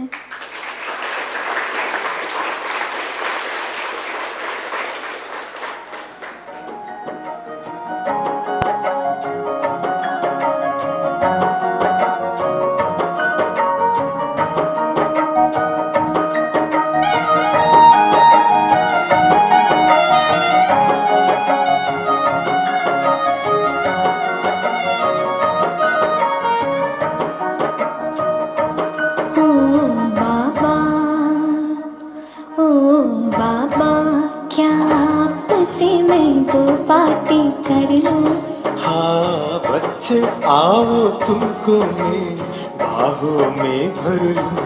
ओ बाबा क्या आपसे मैं दो बातें कर लूं. हाँ बच्चे आओ तुमको मैं बाहों में भर लूं. ओ बाबा